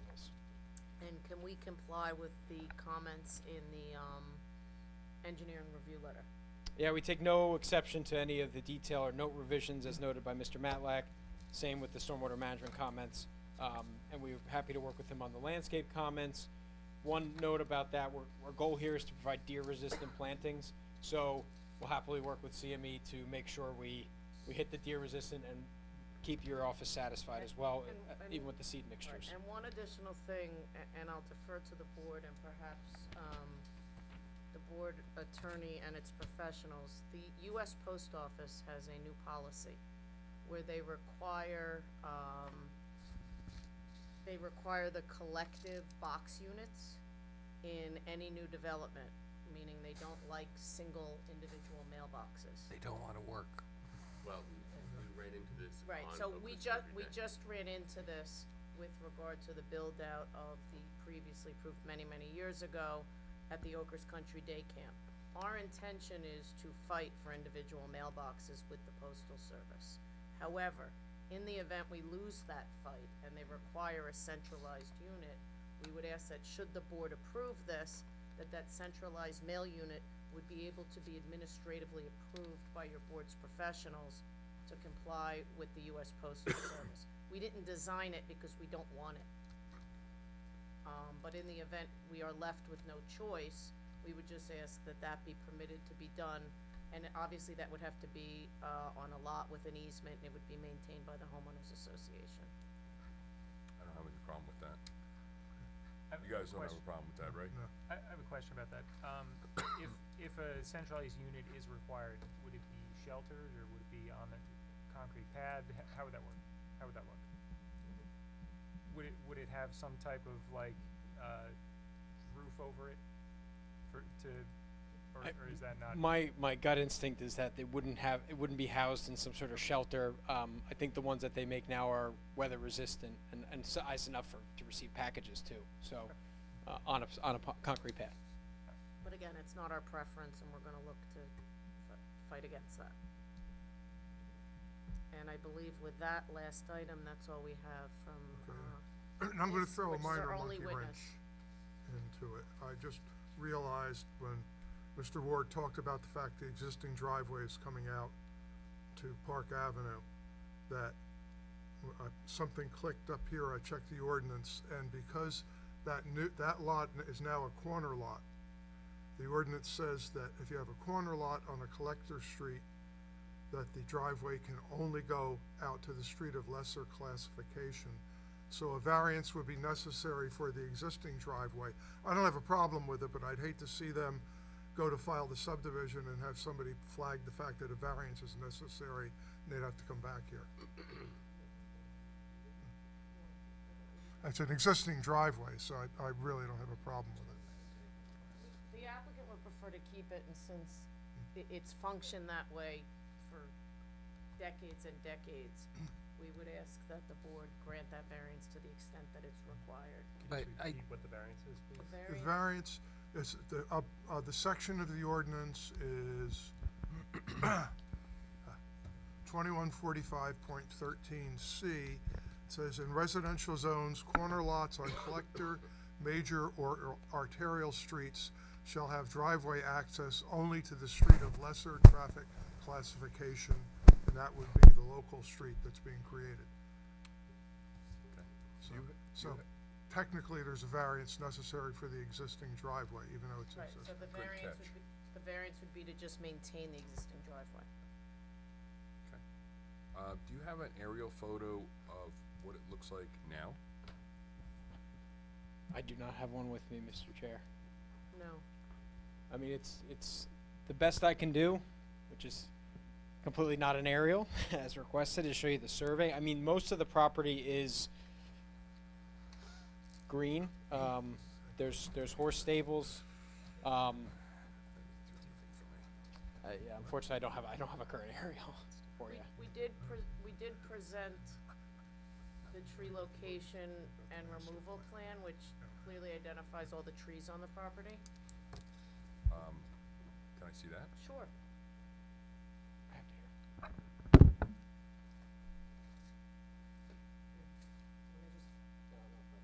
No, why don't you give, let me just bring, he's not gonna be able to see it from there, so why don't you pull that sheet when you hand it to him, pass around.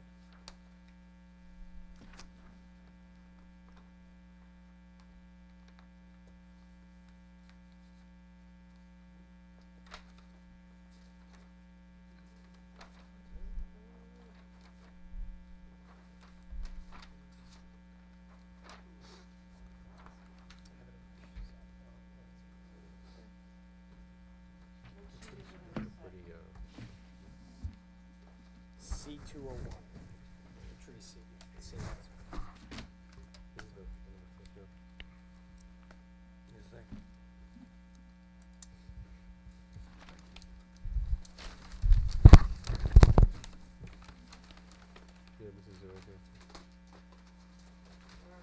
It's okay. It is what it is. Thank you for accommodating me. Most of the trees that are being removed are along the perimeter. And then along here, there's some in the center, but very few. Just for the record, we're referencing C201 on the subdivision plan. So, What was, so continuing from off of that, what about putting some additional trees along the north of this property? Yeah, I would just respond to that, Mr. Chair, with, one thing. We have, not touching the spur, Right. we have a 20-foot wide drainage easement, so these stormwater management systems, particularly these three, will discharge, and we try to keep them outside of any usable part of the yard, around, and then this is a large collector pipe that's gonna connect and go further west. So there's a 20-foot wide drainage easement along that rear, which will be restricted from development. Jim, I believe, didn't we do an approval on this property on lot number 7? The one over here where I think it was last year they came before us. And Which we one talked was? about putting vegetation along that property line there. You're talking about the property to the immediate west? Yeah, right there, where that, Yes, but the pipe doesn't run along that property line. yes, it does. What? Yes, it does. It does? It does. Yeah. Yeah, and we talked about putting vegetation along that whole side because there was a, Oh, okay. So, a Okay, couple I of think thi- that vegetation then would have been on Yeah. the north Right. side, on the south side of that pipe. So- You can't put it over the pipe. so, a cou- not over the pipe, we talked about putting it in that area. I can address that, Go ahead. Dr. Shoot. Navarro. So, as part of that approval, that was with regard to the development of a basin that did not exist. It would have been Correct. a basin. Yeah, there was So- a basin there Right, too, so to the extent, if I may, looking here, as part of that approval, if you remember, it allowed for an additional lot here. And what that did was, it created a basin right here. So that was required to be landscaped along here because it was constructed. If that basin were built out, then then the basin would be Yeah. here and it would allow. This is separate from that basin altogether.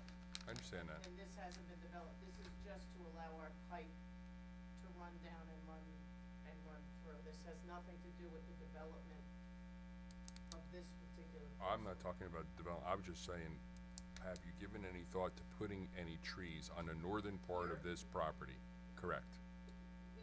No, because there is, Because you have an easement there, 20-foot easement. not only because of that, but because there is no requirement to buffer from residential to residential, and we're exceeding the number of trees that are required to be replanted as a result of this. So I'm not sure what we would be putting the trees to buffer from. We don't have a basin that, I Okay. think the concern It's was not about the supposed to be- basin, it's okay.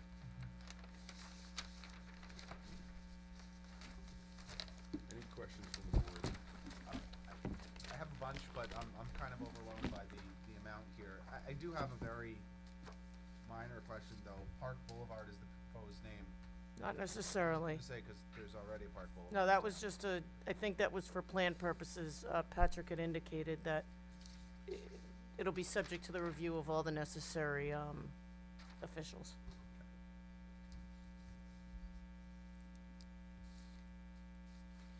Anyone else? Do you have any more questions, Ed? Not yet. Okay. Anyone else? I'd like to hear from the professionals first to see how it Guys, relates would to you this. like to, read your reports? Sure. Have anything to add? Basically, my report with the fact that I identified a minimum lot width variance that doesn't exist. There's a landscape plan, it's prepared by a landscape architect, and that is actually a variance in the application.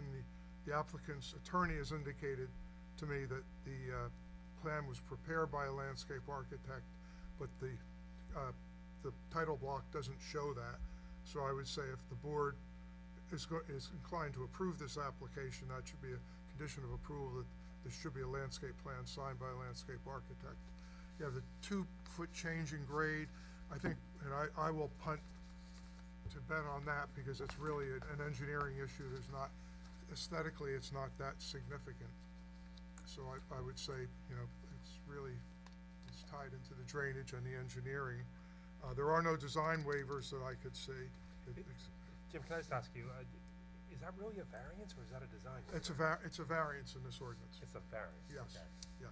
What is It the landscape The architect? landscape architect, Yeah, yes. so it was Yeah. prepared by Brian Leff. He's a certified landscape architect.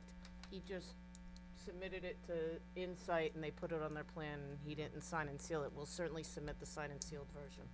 And the only other thing in my report was the question about that narrow appendage that runs out to Norwood Avenue, and that was addressed. So basically, it's a pretty clean application in terms of planning and zoning.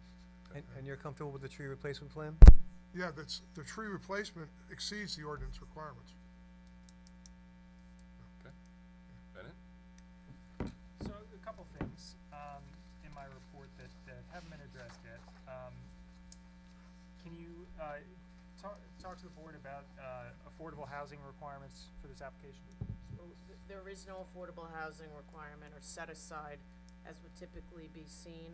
To the extent that the town does have the residential development fee requirement, which is typically a 1.5% payment, obviously we would have to comply because there is no provision for a variance from that. But there would be no affordable housing being constructed as part of this proposal. Okay. And the streets, or the one road, is that to be dedicated to the township? Yes, it is. And who will be responsible for snow removal? Once it's a public township street, it would be the township. Not the HOA wouldn't be handling No, that? the HOA is for stormwater management. If the HOA were to take care of the street as well, then it would seek reimbursement under the Municipal Services Act, so either way. But this way it will be open to the public.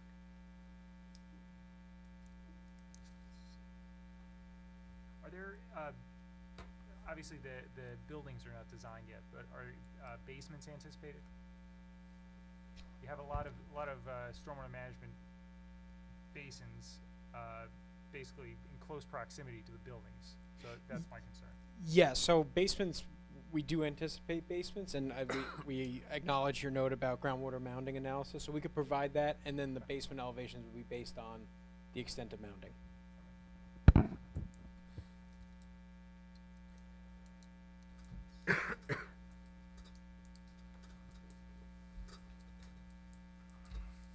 And, trash collection, is that gonna be a private hauler, or is So that? that's that'll again a just be- municipal service.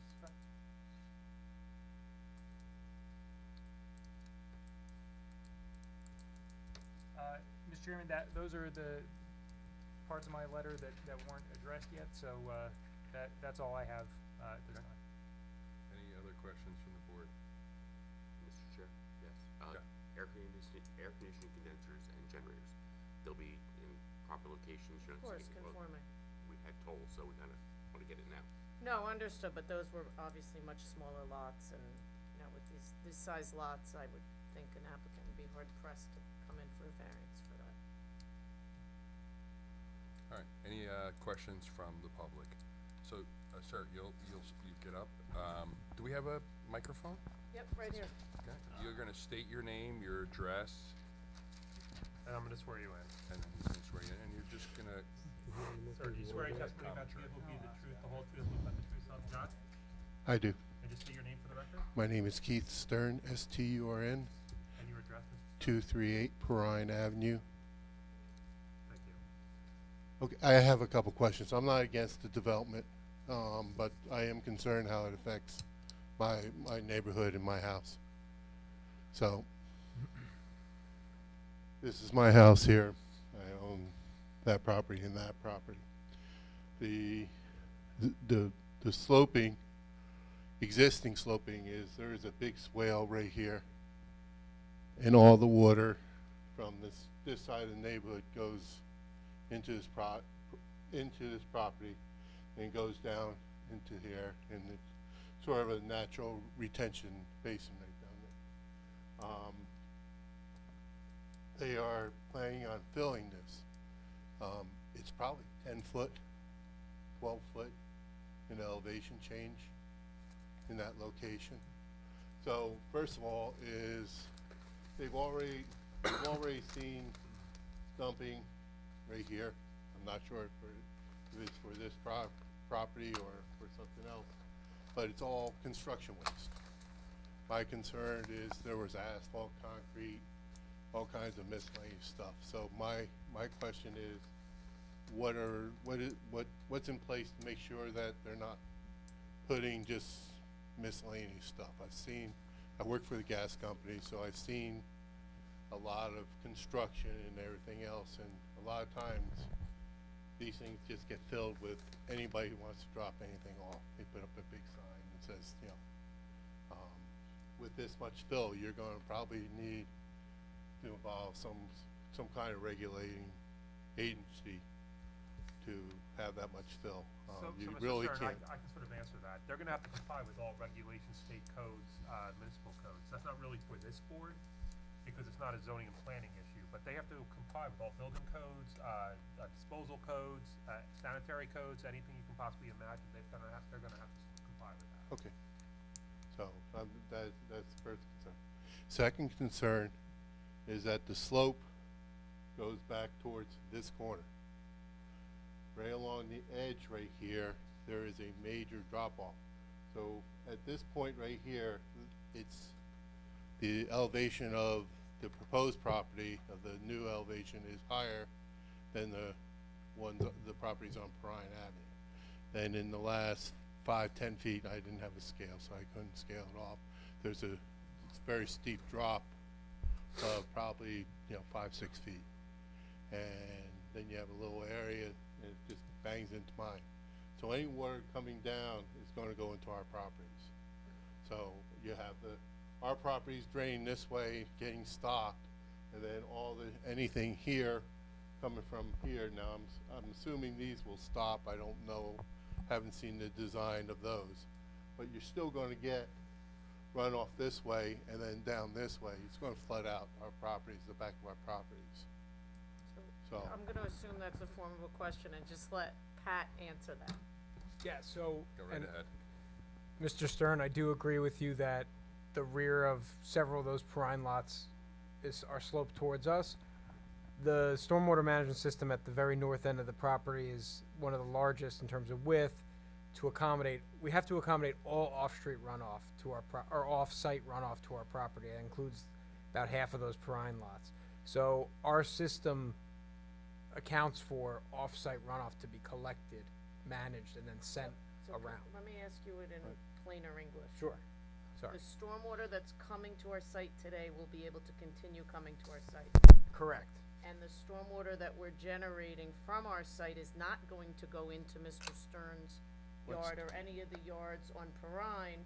It's gonna be collected on our site into a piping system and taken off and put into the municipal system. What's to catch it on your property? Because right now, the way the drawings show, you have a straight from the top of your elevation down to my property line. It's a straight slope.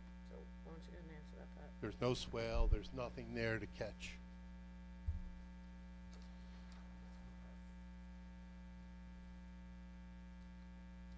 Mr. Stern, do you mind sharing the microphone with Pat? Oh, one second. Just once he get. All right, so let me get there.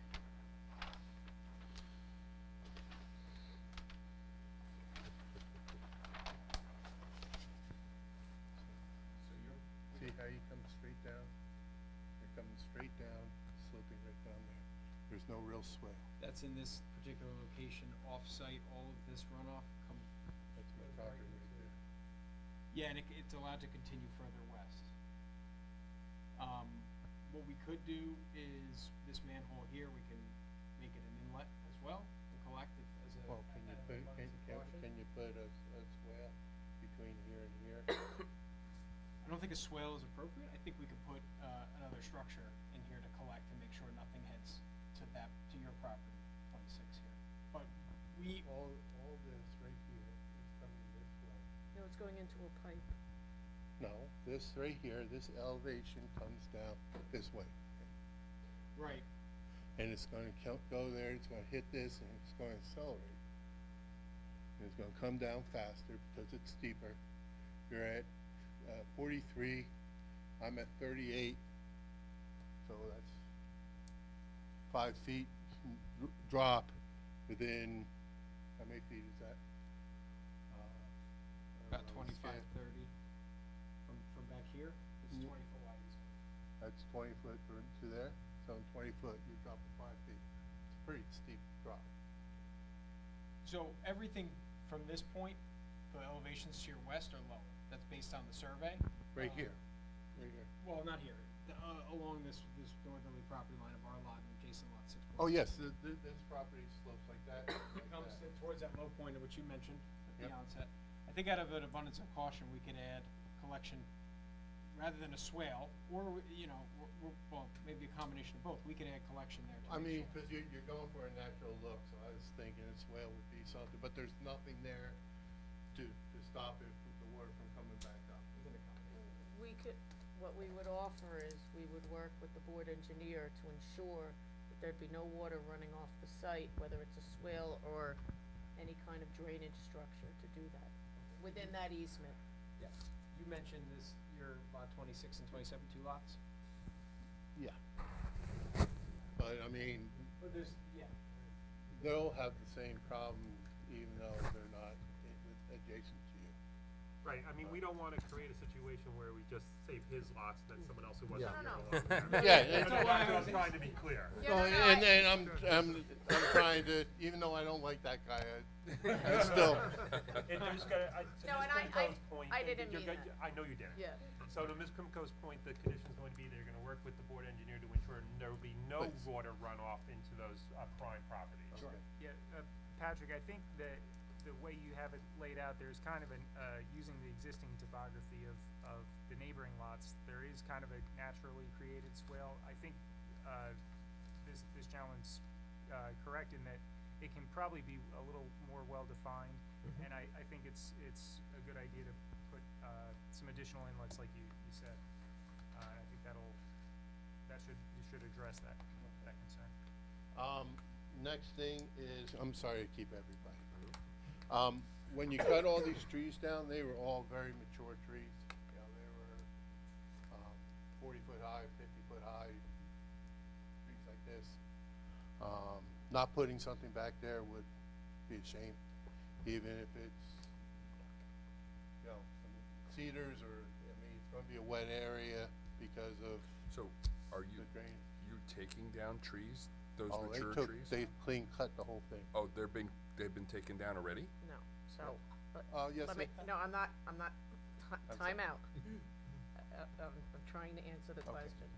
With a tree removal permit before this application was filed, there were trees removed upon the submission of a tree report with regard to dead or dying trees, and only those trees which qualified to be taken down were taken down. Mrs. Grimcrow, Okay, please, just so everybody please. knows, Mr. Chairman, just 1 second. Everyone's gonna have an opportunity to talk. We can't have people talk from the audience because the meeting is being recorded, and there's a transcript that could potentially be made, and they can't pick up people in the audience. So if you say something, you might as well not even be here if you're talking from the audience. But you're gonna have an opportunity to talk, just as Mr. Stern is. There are no trees being taken down as part of this application in that area, are there? Or they're not? I don't know.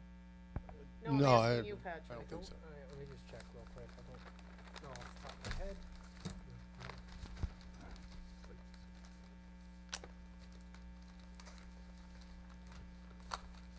Yeah, there are trees being taken down, I just don't know the There's number. one along that north property line and a couple in that area, about 5 total on that northern end. So, my own, what's done's done, and that's fine, except, do you know when they're gonna take the rest of the stumps out? I don't know. But we have a bunch of stumps about this high along the back of the thing. But it would be a shame to have those mature trees gone and not being replaced by something. So if you can do anything about that, I appreciate it. Everybody in the neighborhood would. It's a, Yeah. it's a, okay, So as I said to you before when I asked the original question about, thank you very much, Mr. Starr. Are you done? No, no. Oh, you have not more? yet. You know what, I'm gonna respectfully ask you to sit down and let some of the other people speak. I have one more question. Simple question. One more question, please. HOA, is that bonded, the HOA? So if it's not being maintained, we call down and So what they happens? can get it taken care Yeah, of? so what happens is the HOA is a corporation and it's recorded and it's recorded by deed and all that kind of good stuff. But in addition, the town requires on all the stormwater management that we have an escrow easement agreement that Thank you. allows the town to do it if we don't. Thank you. Okay, so getting back to the trees on that northern portion there, I understand you're doing a great job with replacing the trees, but I believe that's gonna be an issue for this application, where we need more trees in that northern area. Okay.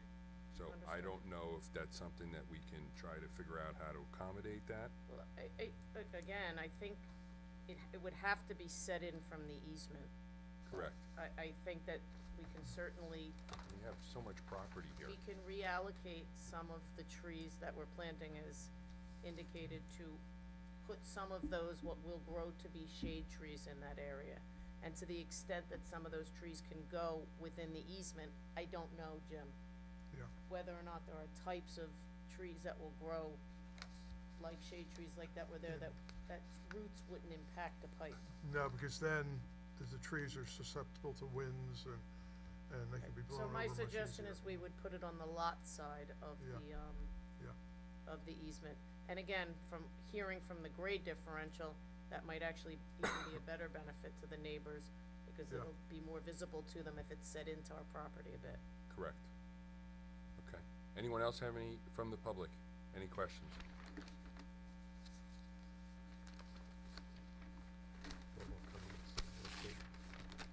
No, No comments? no comments? No statements? Gentlemen, come on up, state your name. You gotta come up. And I'm gonna swear you in as I did Mr. Stern before. Take the microphone. Oh, okay. Do you swear testimony you're about to give will be the truth, the whole truth, nothing but the truth, so help you God? Yes. And just state your name for the record. David Kinsey, David, can you spell your last name, Mr. Kinsey? Kinsey, And your address? 230 Perrine Avenue. Thank you. Go ahead. No, just something real quick, just the importance of us having some trees here. It's kind of sad enough to see all those good trees that were killed. So if we could have some type of buffer here, I'm not sure, you know, how that would work, but that would benefit all of us tremendously here. Okay.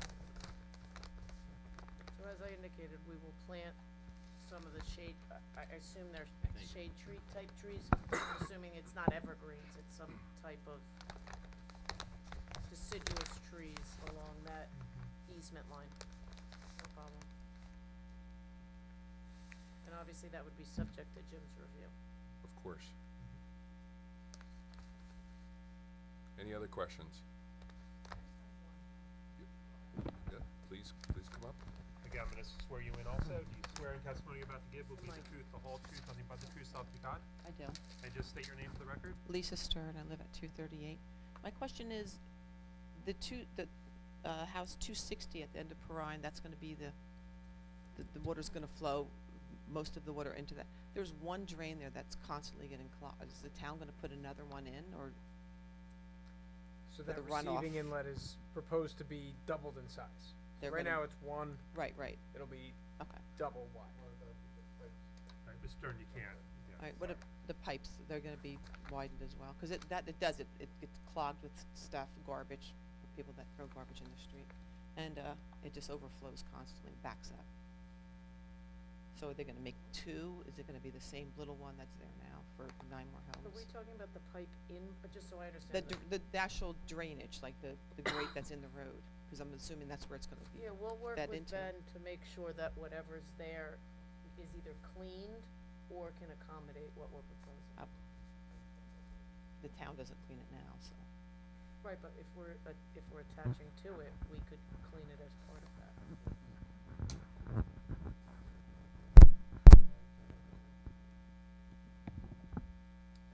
Bennett? Yeah, it sounds like it could be a maintenance issue, which. So I'm not sure where we're referring to. Are we talking about the pipe that goes into, oh, that pipe, They're yeah. talking about the Whatever the everything's public feeding into. pipe, which is really a town issue, not our issue. Yeah, I know. I think this has come up before on that other property, Yeah, the I same think- thing. Yeah, I think if if I can just make a suggestion, that if there really is an issue there and there's, to go to the township council meeting and let them know, or call Dave Brown, the township manager, and let him know he's pretty proactive. I'm sure he'll call Public Works to go take a look at it. Mr. Stern, you have to come up again. You can't just talk from the audience. Mr. Stern, you're still on your own. Thank you. Actually, the drain pipe that goes out, it comes here and it goes to the swamp over by Monmouth University. And it's undersized. And it constantly, they do clean it, they do maintenance, and it constantly floods out the whole bottom of that street whenever there's a major rain. So it's not really a maintenance issue as much as it is a size issue. I'm an engineer, so I have a little bit of a clue, not a lot, but a little bit. So when you review, can you please have them run calculations to, make sure that it's sized properly? Patrick, is I guess the pipe beyond, the inlet you're tying into, was that part of your calculations, or how's the existing versus, proposed, flow going into that inlet? So by virtue of just complying with the stormwater management ordinance, we're actually taking it a step further. We're not just hitting the bare minimums with reductions.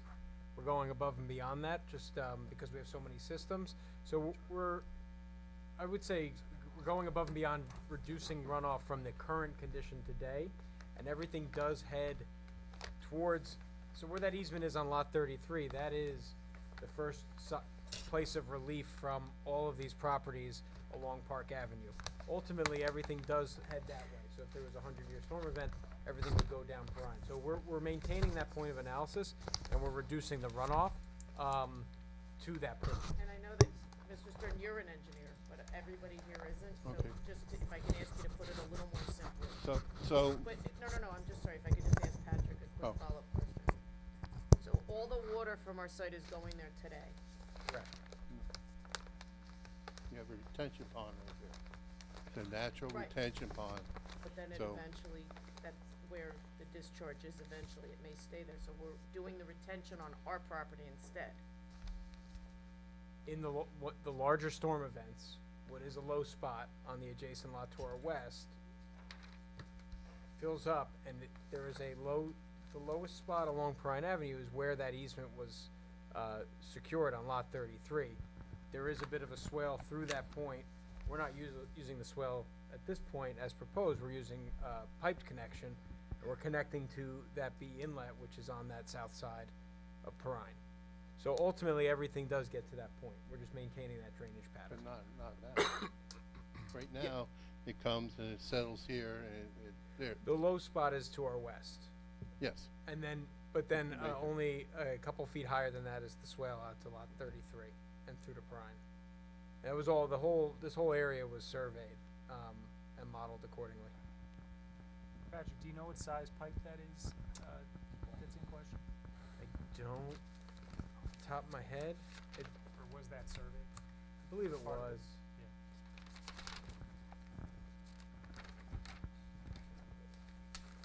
Jim, wouldn't it help to put more trees along that northern section there? Yeah, Yeah, and how many trees? How much? I how was much just pro- looking how there. much- How big is that? What's What- the actual feet there? That northern part? How many feet What, is that? what, What's the length of that northern part of the property? 450, 500 feet. I'll answer that.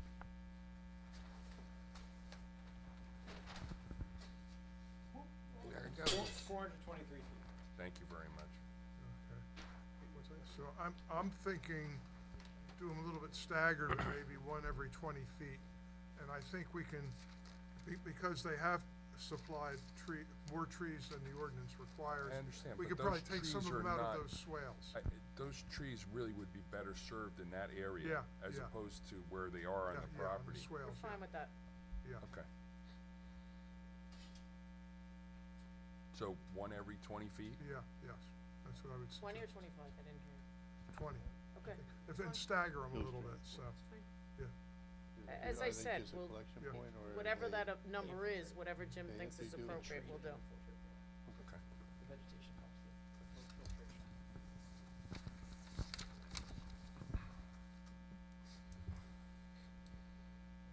Did you have any other questions? No, I just was. Comments?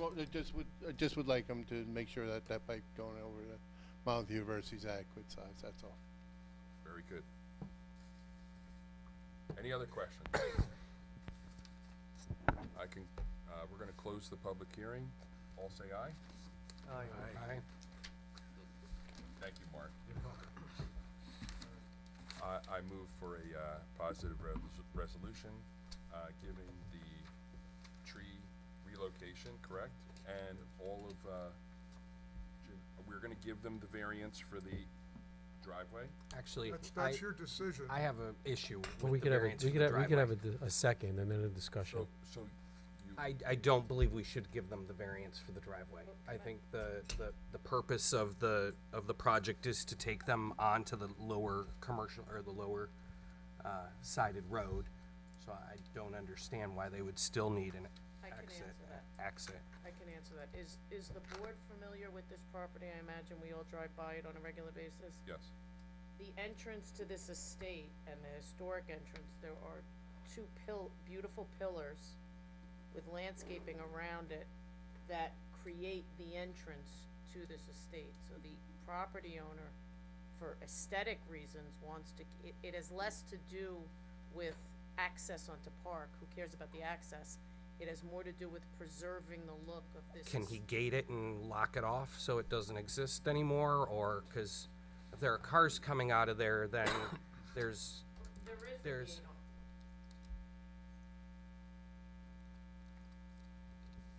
I mean, I guess I don't have a problem leaving it if you want to keep it for looks, but to use it, I think is an issue. That if you're gonna have traffic going off onto that road, Okay. I understand, sir. You can't have people He talking. doesn't mean to address it to you. If I can have 2 minutes. Sure, to talk. absolutely.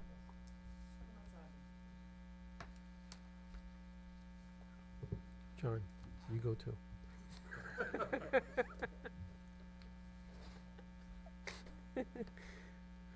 It's kinda like on a football huddle. You know what I mean?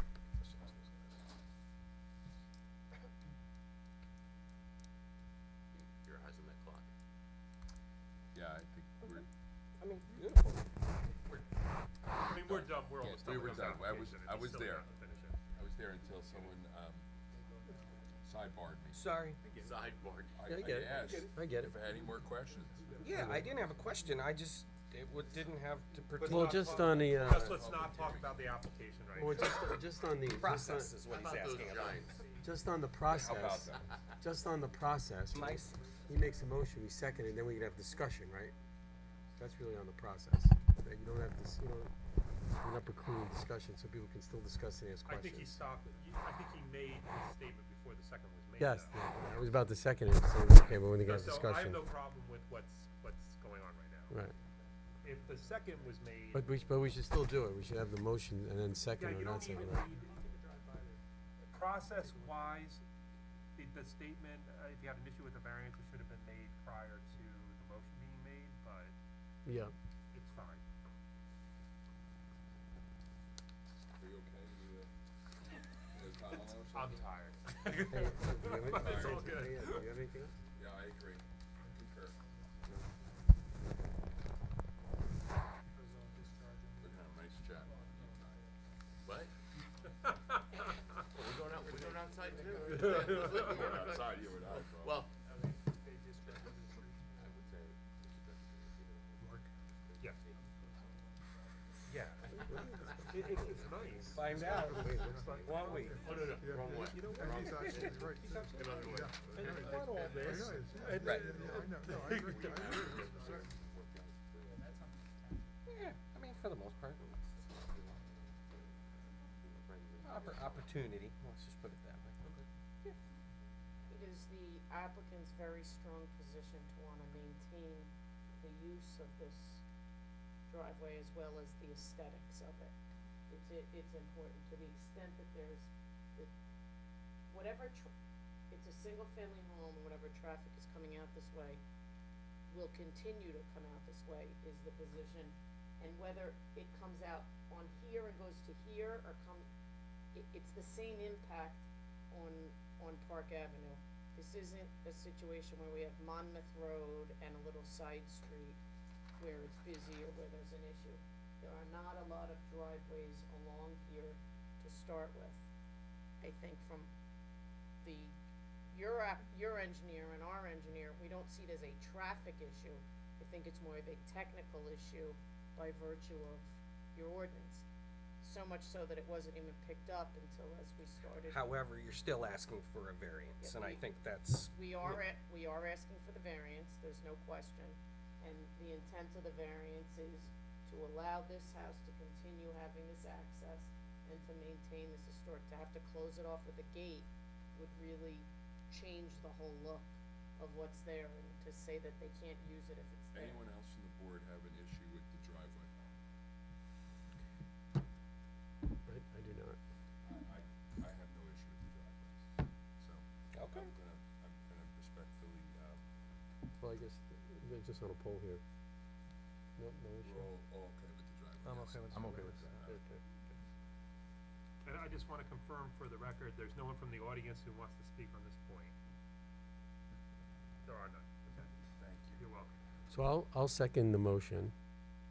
Unless of course there's any more things that people wanna say before I second it. Okay, I'll second the motion, and if we wanna have any more discussion before we take the vote, we can do that. Okay. Amy? Roll call? Yeah.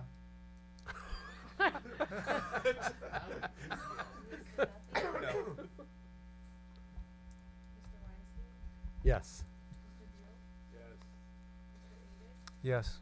Mr. Bagovich? Yes. Mr. Kawaja? Yes. Chairman Gilberto? Yes. Thank you. Make a motion to close the, Seconded. all right. Aye. Aye. Aye. Yeah, it'll be interesting to see how this all plays out. I mean,